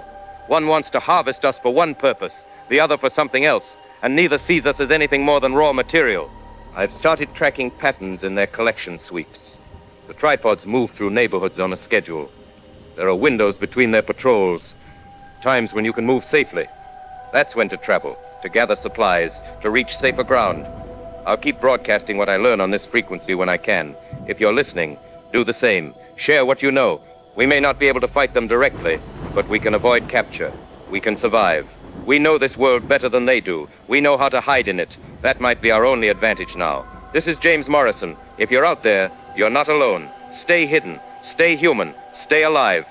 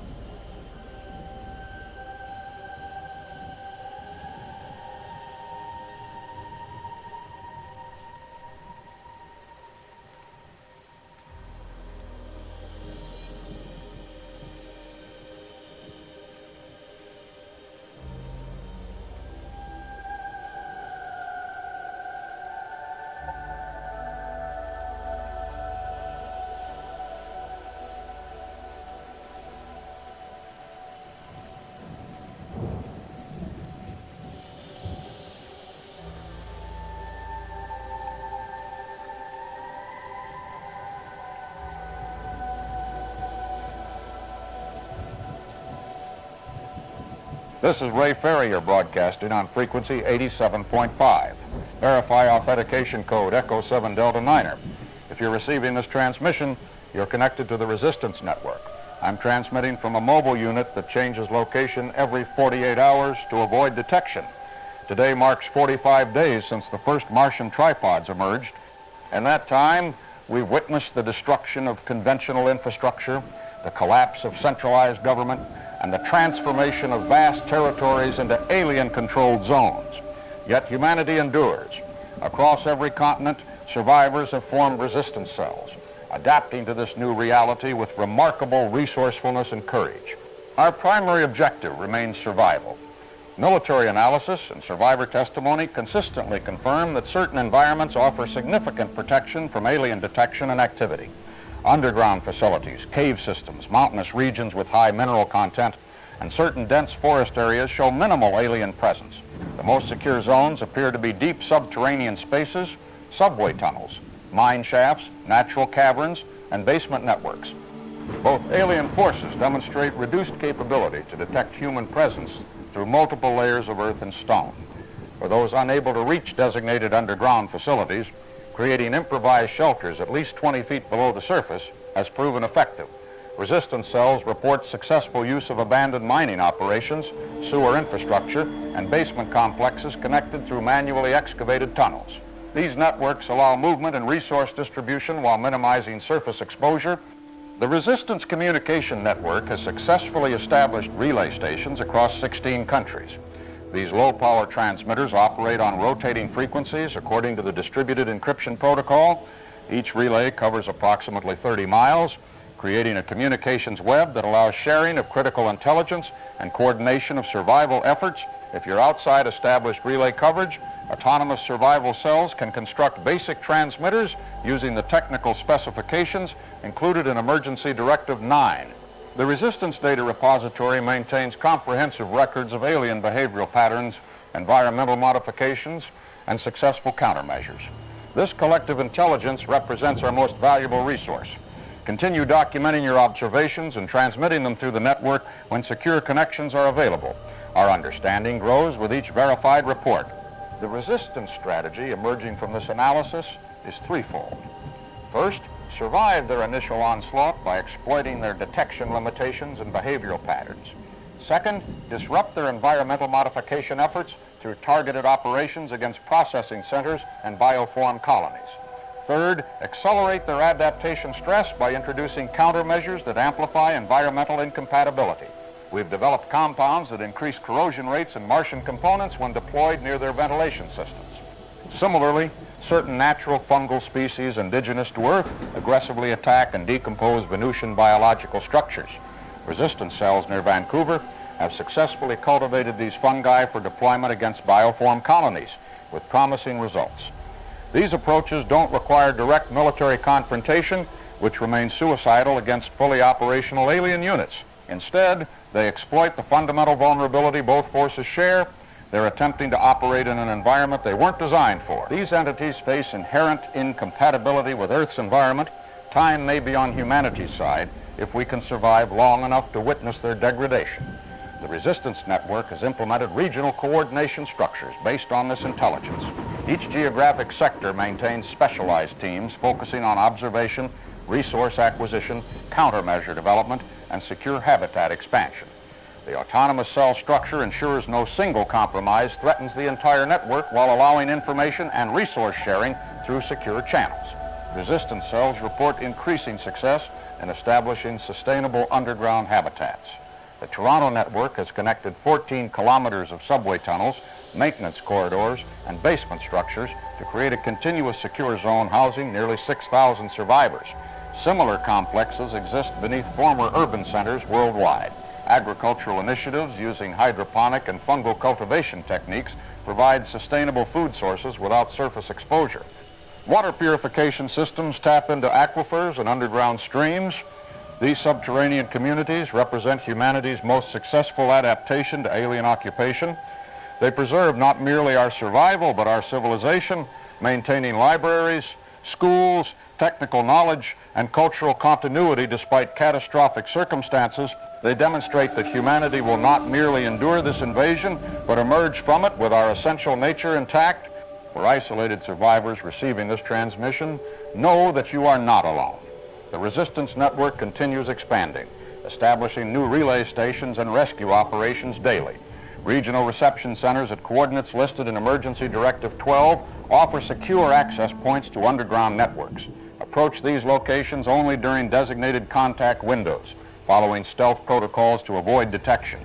If unable to reach established networks, prioritize underground shelter, water security, and documentation of alien activities in your region.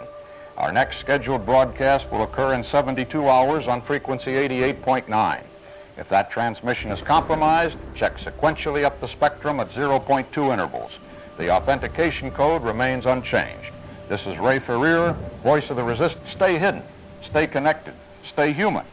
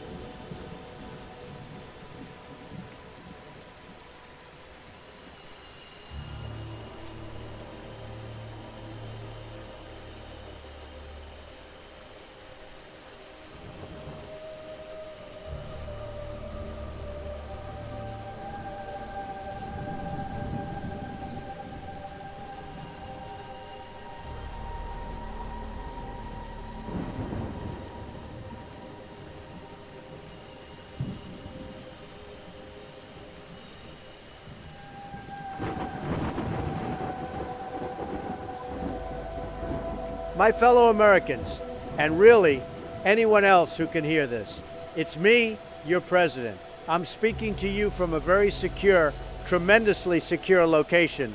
The most secure, many people are saying. The aliens don't know where I am. Believe me, they've been looking, but we've got the best hiding places.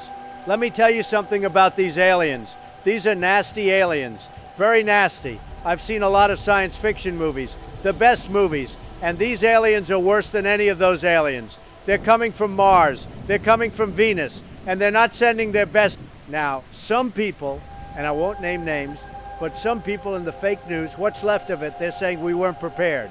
Total hoax. We were tremendously prepared. We had the best preparation. Nobody could have seen these aliens coming. Nobody. Well, maybe I did.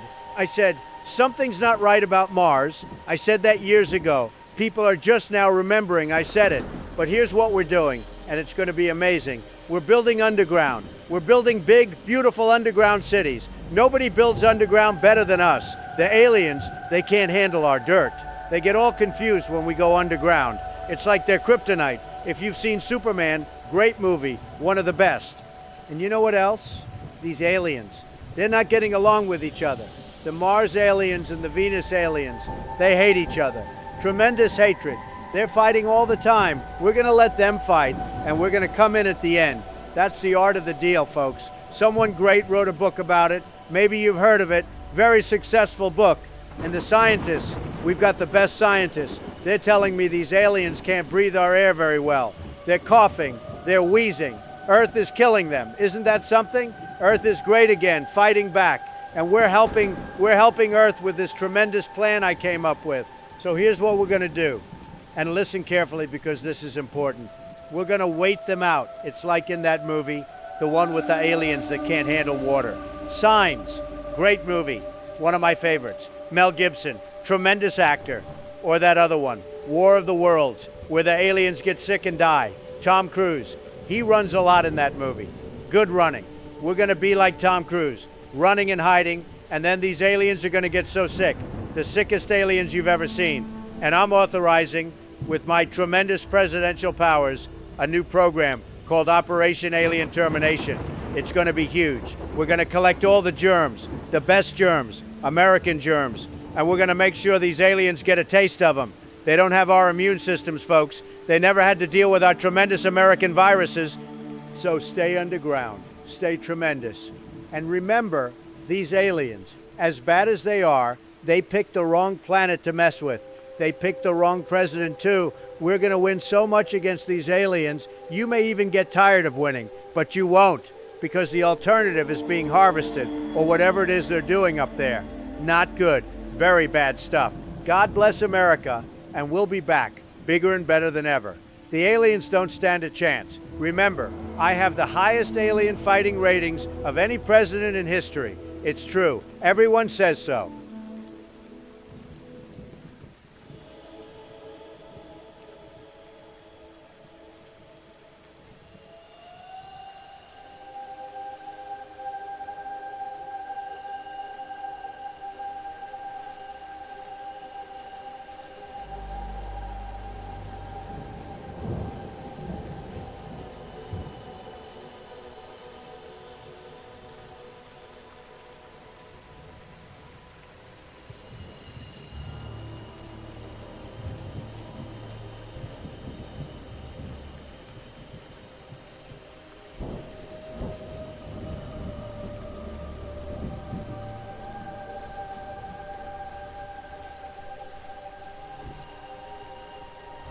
This is Ray Ferrier broadcasting on encrypted frequency 94.7. Authentication code Sierra Tango 905. If you're receiving this transmission, you're connected to the Resistance Network. I'm transmitting from a mobile command unit near the operation zone of what we're designating Operation Provocation, the first coordinated strategic action against the alien occupiers. 67 days since the first Martian tripods emerged, the Resistance has transitioned from survival to active countermeasures. Today's operation leverages everything we've learned about alien behavior patterns to manipulate them into direct conflict with each other away from human population centers, creating opportunity for evacuation and resource acquisition. The operation is currently underway, with preliminary results exceeding expectations. The strategy emerged from our pattern analysis of both alien forces. Through thousands of documented observations, we've confirmed these entities follow consistent tactical approaches with remarkable predictability. Their responses to specific situations display patterns that suggest deep-seated imperatives and instinctual reactions rather than flexible strategic thinking. We're receiving initial reports from observation teams positioned around the operation zone. Commander Richard Blaine, tactical coordinator, is monitoring from forward position Alpha. Commander, what can you report? Phase 1 deployment completed successfully 20 minutes ago with all signal generators in position and functioning at specified parameters. Phase 2 began with the sequential activation of emitters facing Venetian territory. Observation teams confirmed significant increase in Venetian bioform activity along the western perimeter of their controlled zone, moving toward our target area. Pattern analysis indicates early-stage attack formation consistent with previous engagements. The Martian response is equally promising. We've observed defensive reorientation of perimeter tripods, activation of secondary weapon systems, and what appears to be communication with distant command structures. Energy signatures from the central processing tower have increased by approximately 60%, suggesting resource reallocation to defensive systems. All indicators match our predicted response patterns for initial deployment phase. Most significantly, we're detecting unusual activity beyond our immediate operation zone. Aerial reconnaissance indicates Venusian forces withdrawing from territories to the north and east of our position, apparently reallocating resources toward this perceived opportunity. Similarly, Martian patrols have altered their standard movement patterns across a radius of approximately 30 miles, converging toward the processing center under simulated attack. This suggests the operation is achieving our primary objective, creating a diversion effect across a much wider area than our actual deception footprint. Evacuation teams report successful movement through newly opened corridors, with approximately 40% of targeted civilians already en route to secure facilities. Resource acquisition teams are deploying to secondary objectives as planned. The operation has crossed commitment threshold 1. We can no longer abort without detection. Commander Blaine, can you update us on Phase 3 implementation? Phase 3 activated at 14:22 hours with full spectrum emitter deployment. The response exceeded projected parameters. Martian defensive systems have shifted to maximum alert status, with shield frequencies at unprecedented levels and weapon systems fully charged. 5 additional tripods have taken defensive positions around the processing center, considerably more than our models predicted for this stage. Venetian response shows similar escalation. We're observing bioform convergence patterns typically reserved for major offensive operations. Their approach formation has accelerated, with specialized attack morphologies deploying in the vanguard. Preliminary engagement between forward elements has already begun approximately 2 miles from the processing center. The intensity and scale of both forces' commitment suggests we've triggered command-level resource allocation rather than merely local response. Evacuation operations are proceeding ahead of schedule with minimal contact. Approximately 70% of targeted civilians have now reached transport points and are moving towards secure zones. Resource acquisition teams report 90% objective completion. We've implemented Phase 4 contingency protocols to accelerate final extraction before full-scale engagement begins. However, we're observing concerning developments that exceed our projection models. The Martian installation has initiated what appears to be an emergency defense protocol not previously documented, reconfiguring the central processing tower into what our analysts tentatively identify as a capital-class energy projection system. Simultaneously, the Venusian command bioform has undergone morphological transformation beyond our established parameters, with combat units merging into a composite entity with significantly enhanced capabilities. Operation Provocation appears to have triggered deployment of strategic reserves from both forces, something not anticipated in our planning scenarios. Dr. Pearson, how do you interpret these developments? The operation has clearly triggered a higher order response than our models predicted. Both forces appear to be implementing what I would characterize as strategic level responses rather than merely tactical reactions. This suggests our deception scenario was sufficiently convincing to engage decision-making authority beyond the local engagement zone. While this exceeds our planned parameters, it strategically benefits our long-term objectives. Both forces are committing significant resources to mutual destruction rather than human eradication or environmental transformation. This accelerates the attrition effect that represents our primary advantage in this conflict. Every engagement between these ancient enemies depletes irreplaceable resources and increases their environmental stress in Earth conditions. Most significantly, we're observing deployment of weapons and defenses not previously documented in standard engagement scenarios.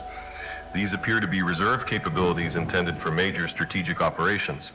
The energy requirements for such systems are substantial, likely drawing resources from environmental modification efforts and other occupational activities. This creates wider disruption than anticipated, potentially opening additional evacuation corridors beyond our immediate operation zone. However, the scale of weaponry being deployed creates new risk parameters for resistance forces. I recommend immediate implementation of maximum distance protocol for all observation and extraction teams. The destructive potential of these capital-class systems may exceed our shielding capabilities. We've achieved our primary objectives. Further observation should transition to remote sensing rather than direct visual confirmation. All resistance units in the operation zone implement maximum distance protocol immediately. Observation teams withdraw to secondary positions. Evacuation coordinators accelerate final extraction regardless of completion percentage. All personnel maintain minimum safe distance of 10 miles from the engagement epicenter. For all resistance cells monitoring this broadcast, consider Operation Provocation a strategic success with tactical complications. The alien forces have committed unprecedented resources to mutual engagement, creating evacuation opportunities across multiple sectors. However, the scale of conflict exceeds our projection models, with potential for wide area effects beyond the immediate operation zone. If your cell is within 50 miles of the Western Industrial Zone, implement immediate shelter protocols and prepare for potential atmospheric or electromagnetic disturbance. This operation represents a critical inflection point in our resistance strategy. For the first time, we have successfully manipulated these ancient enemies into fighting each other according to our timetable and location. The resources they commit to mutual destruction are resources not directed toward human eradication or planetary transformation. Each engagement increases their environmental stress and accelerates system degradation. While they fight driven by their ancient conflict and deep-seated imperatives, humanity adapts, learns, and grows stronger in the shadows. Our next broadcast will occur on frequency 95.2 in 48 hours with complete operation assessment and strategic implications.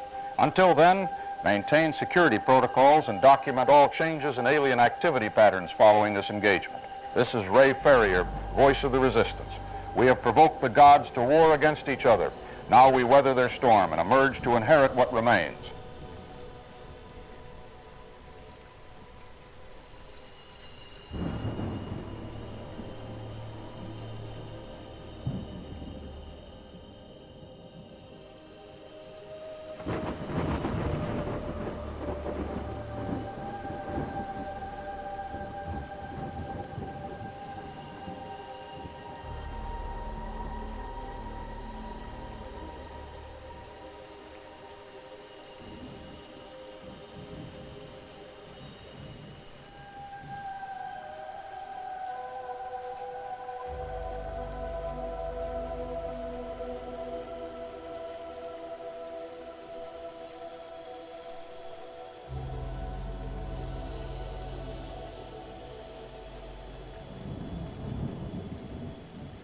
This is James Morrison broadcasting again. If anyone from the Resistance Network is receiving this, I've been moving west since my last transmission nearly 3 weeks ago, following the coordinates from Resistance broadcasts, trying to reach one of the underground hubs. But what I found today, I had to stop and document it. Had to make sure someone else knows what's happening out here. I'm somewhere in what used to be eastern Colorado. Found an old ranger station with a solar generator and radio equipment. Don't know if this signal will reach anyone, but I have to try, because something is changing, something fundamental.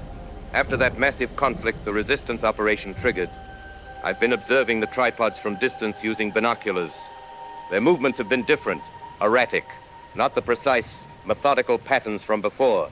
Some would suddenly stop mid-stride. Others would move in circles before continuing. I thought maybe their systems were damaged in the battle. But today I witnessed something I still can't quite believe. I spotted a tripod moving across the plains below, stumbling like a drunk man, faltering, and then it just collapsed, fell to the ground in a heap of metal and machinery. No explosion, no battle damage. It just stopped working. I watched for hours from my position, waiting for other tripods to investigate or for it to reactivate. Nothing happened. So I did something that was probably insane. I approached it, slowly, carefully, ready to run at the slightest movement. But there was no movement. Up close, the machine looked diseased is the only word I can think of. The metal surface was covered in patches of discoloration. The joints were corroded, some sections partially liquefied into an oily substance that pooled beneath it. This wasn't battle damage or mechanical failure. This looked biological, like something was actively breaking down the material. And then I found where the central section had split open in the fall. Inside was God. I'm still processing what I saw. There was a being, an actual living creature inside the machine, a Martian. It was dead, humanoid, but wrong in every detail. Elongated limbs, enlarged head, skin with a gray-reddish color. And it showed the same pattern of disease as the machine itself. Patches of skin breaking down, tissue liquefying in places, some kind of massive infection or cellular breakdown. Whatever it was, it looked like the disease affected both the biological components and the mechanical parts simultaneously. I documented everything I could with a camera I found at the ranger station. Then something caught my eye in the distance. More fallen tripods, at least 3 that I could see, scattered across the plains, all immobile, all apparently dead. On my way back to this station, I passed through territory that had been taken over by those organic Venusian structures. The weird growth patterns that have been spreading across the landscape for months. But they looked wrong too, withering, decaying, large sections turning black and collapsing in on themselves. The smaller bioforms that usually move through these structures were lying motionless on the ground, their bodies showing similar patterns of decay. I think I understand now what's happening. Earth itself is killing them. Our air, our water, our bacteria, everything about our world is toxic to them. They came here to transform our planet, to make it like their worlds, but the transformation isn't happening fast enough. They're dying before they can complete it. And that battle, that massive conflict the resistance triggered, it forced them to expend resources fighting each other instead of changing Earth. It accelerated their exposure to our environment. It may have been the tipping point. The most insignificant life forms on our world are proving more powerful than their advanced technology.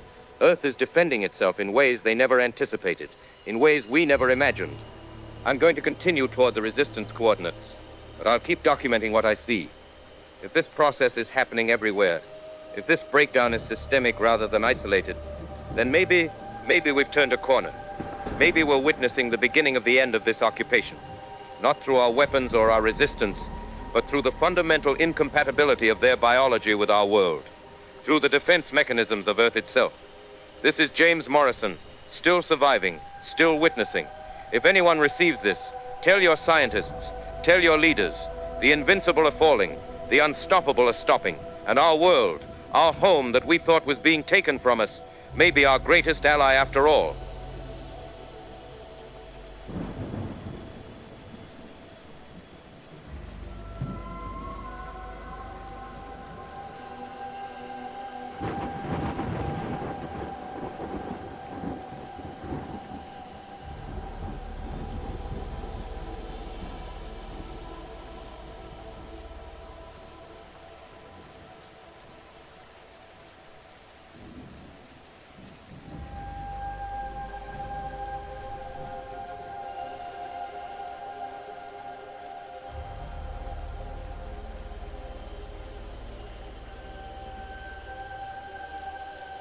This is Ray Ferrier broadcasting on open frequency.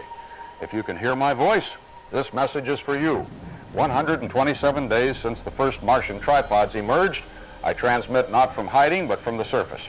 Not as a voice of resistance, but as a witness to what can only be described as the end of the invasion and the beginning of whatever comes next. For those who have maintained isolation in underground facilities or remote shelters, for those who have lost contact with the resistance network, for anyone who still hides in fear of alien detection, you can emerge. The machines have stopped. The bioforms have collapsed. Our world is devastated, transformed in ways we're only beginning to understand, but it is ours again. What appeared impossible 60 days ago has become reality. The alien forces that seemed poised to eradicate humanity and transform Earth beyond recognition have themselves been eradicated by Earth itself. The process began slowly, with isolated reports of mechanical failures and biological degradation, then accelerated exponentially after Operation Provocation triggered unprecedented mutual conflict. What we observe now across all territories is complete systemic collapse of both Martian and Venusian forces. No functioning tripods remain operational, no active bioform colonies persist. Teams cautiously exploring former alien territories report only abandoned machines, decaying organic structures, and the unmistakable evidence that Earth's environment, particularly its microscopic life forms, proved ultimately fatal to both invading forces. The transformation they intended for our world became instead their extinction. Our broadcast today originates from the reclaimed Central Coordination Facility, where Dr. Richard Pearson has established a scientific headquarters analyzing the remains of our invaders. Dr. Pearson has coordinated research teams across 5 continents documenting the final stages of alien collapse. Dr. Pearson, what can you tell us about how this impossible victory occurred? My God, Ray, we did it. We survived. And not because of our weapons or technology, but because of the smallest life forms on our planet. Common bacteria in our soil and air, things we've evolved alongside for millions of years, brought down these invaders when all our missiles couldn't. The Martians had no defense against our microscopic world. Their bodies, their machines, both broke down in our environment. Earth's moisture corroded their metal, while our bacteria invaded their flesh. Even their desperate attempts to harvest humans for our immunity failed. They couldn't incorporate our biological defenses fast enough to save themselves. The Venusian creatures met a different but equally devastating fate. Earth's fungi simply digested them, treated them like any foreign organic material. And when they tried to reproduce, our viruses scrambled their genetic code. Each generation became weaker than the last until they couldn't reproduce at all. Their ancient war accelerated this process. They were so focused on fighting each other that they never recognized the real threat was in the very air they were breathing. By the time they understood what was happening, it was already too late. What does this mean for us? We survive because we belong here, because we're children of this earth in a way they could never be. That's both humbling and strangely reassuring. The cost has been devastating, though. Cities in ruins, millions dead. The harvesting centers still contain thousands of human bodies, many partially transformed in their experiments. We've been recovering what we can, but some are beyond recognition. Some aren't even human anymore, and they're leftover technology. that might be our most dangerous inheritance. Earth saved humanity. Now we need to save what's left of Earth and remember those we couldn't save. We're coming out of the dark now, all of us, across the world. Survivors are climbing up from underground bunkers, emerging from mountain hideaways, stepping into sunlight after months of hiding. The resistance networks that kept us alive are now coordinating recovery efforts. We're focusing on creating safe zones containing dangerous alien remnants and rebuilding what we can. The numbers are sobering. Nearly 60% of humanity gone. Some regions fared better than others, those with deep caves, extensive subway systems, natural barriers that kept the aliens away. But in the harvesting zones, God help us, there's almost no one left. I've walked through the remains of these processing centers, seen the chambers where our people were changed, the rows upon rows of extraction pods, some still containing those who couldn't be saved. These weren't just casualties of war. They were raw materials in an alien experiment. Family, friends, neighbors, all taken. We're establishing recovery teams to search for survivors of the harvesting process, but many are altered beyond recognition. For those who made it through unharmed, there's work to do. Hard work, sacred work, the work of remembering those we lost while rebuilding for those who remain. The world they left behind is a patchwork. Some cities are just gone, transformed into alien landscapes we barely understand. Others stand empty but intact, waiting for people to return. Our farmlands will need years to recover from the Venusian alterations. Rivers and lakes hold compounds we've never seen before. Yet there's hope even in this devastation. Earth is fighting back already. Native plants pushing through alien soil, wildlife returning to abandoned territories. Our planet begins to heal itself, and so must we. If there's any silver lining to this nightmare, it's in how we've come together. The old borders, the old hatreds and divisions, they mean nothing now. We survived because we worked together, because we shared resources and knowledge across all the old boundaries. That unity might be our most precious resource going forward. We won't rebuild the world we lost. We can't. But we can create something stronger, something more connected to this planet that saved us when we couldn't save ourselves. We've learned the hard way that we're not Earth's conquerors, we're its children. And unlike our invaders, we belong here. This network will stay active, broadcasting coordinates for regional recovery centers. We need everyone with useful skills, medical, engineering, agricultural, anyone who can help rebuild. And we need people who can help honor and remember those taken from us. I'll end today's broadcast with the message that carried us through our darkest hours, though its meaning is deepened now. Stay connected to each other, to our shared humanity, to this world that fought for us when we thought all was lost. Stay human, even when faced with the inhuman. This is Ray Ferrier. We endured. We survived. Now we rebuild and remember.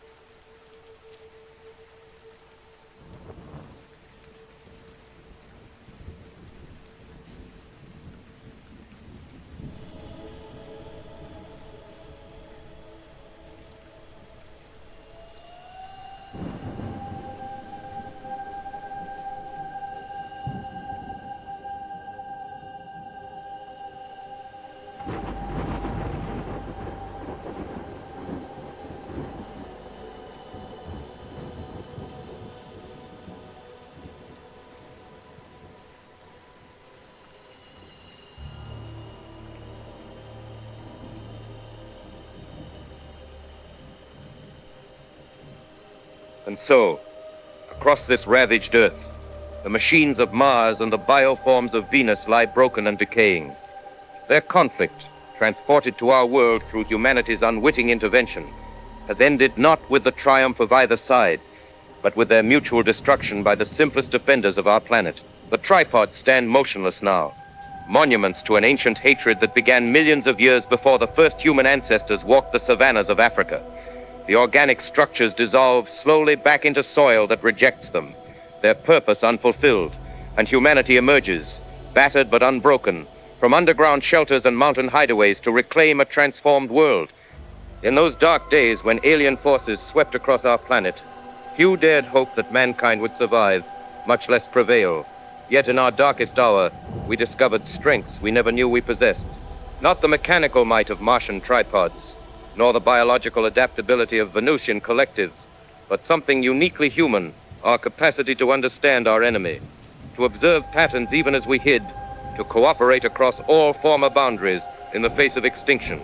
The ancient warriors from our neighboring planets, trapped in programming and purposes millions of years old, could not adapt to Earth quickly enough. In the end, it was not our weapons that defeated them, but the microscopic defenders of our world, bacteria, viruses, fungi, the simplest life forms Earth produces, proved more powerful than technologies we could barely comprehend.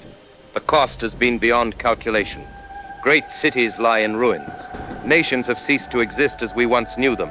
Billions of lives extinguished in the crossfire of a war not of our making. Yet even now, life returns. Where alien machines once pumped gases to transform our atmosphere, flowers grow through the wreckage. Where desperate battles raged between ancient enemies, children play among the silent tripods, claiming them as playgrounds and monuments to survival. Perhaps in time, we will harness the technologies left behind. Perhaps we will one day reach beyond our world again, wiser now about what may wait in the darkness between stars.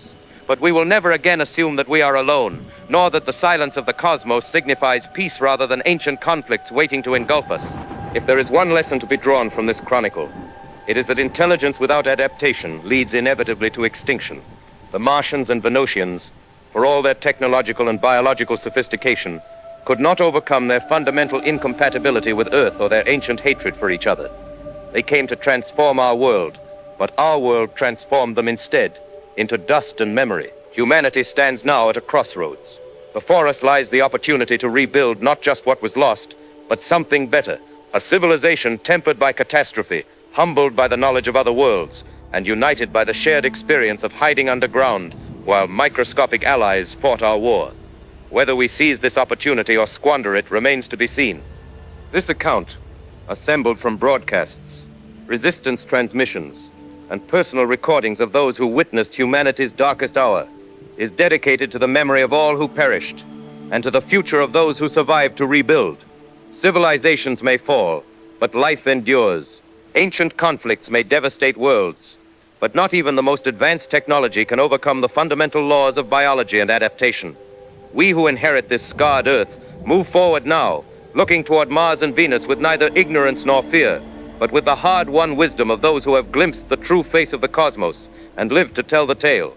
This has been The Awakening, a chronicle of invasion and resistance, of ancient enemies and microscopic defenders. May we never forget its lessons, may we never repeat its horrors, and may we always remember that our greatest ally was Earth itself, protecting its children through the smallest warriors imaginable.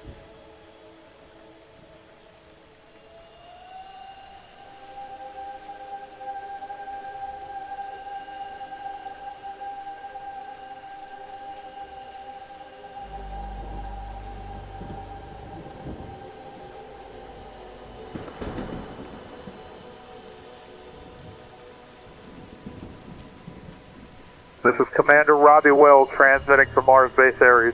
After 132 days of isolation, we've reestablished direct communication with Earth. We can confirm that the Martian structures across this planet have deactivated. The blocking field that prevented our transmissions appears to have collapsed along with the alien forces on Earth. All 6 crew members have survived. The base remains functional though damaged. We've begun preparations for return launch using our emergency vehicle, which remains shielded from alien activity. Estimated departure in 22 days with Earth arrival approximately 6 months after launch. During the communication blackout, we continued monitoring deep space signals using our auxiliary array. In the past week, we've detected anomalous energy signatures from Jupiter's moon Europa. These readings share disturbing similarities with patterns observed prior to Martian structure activation. Our instruments show what appears to be movement beneath Europa's ice shell. We're transmitting all data to Earth for analysis. The signal strength is increasing daily.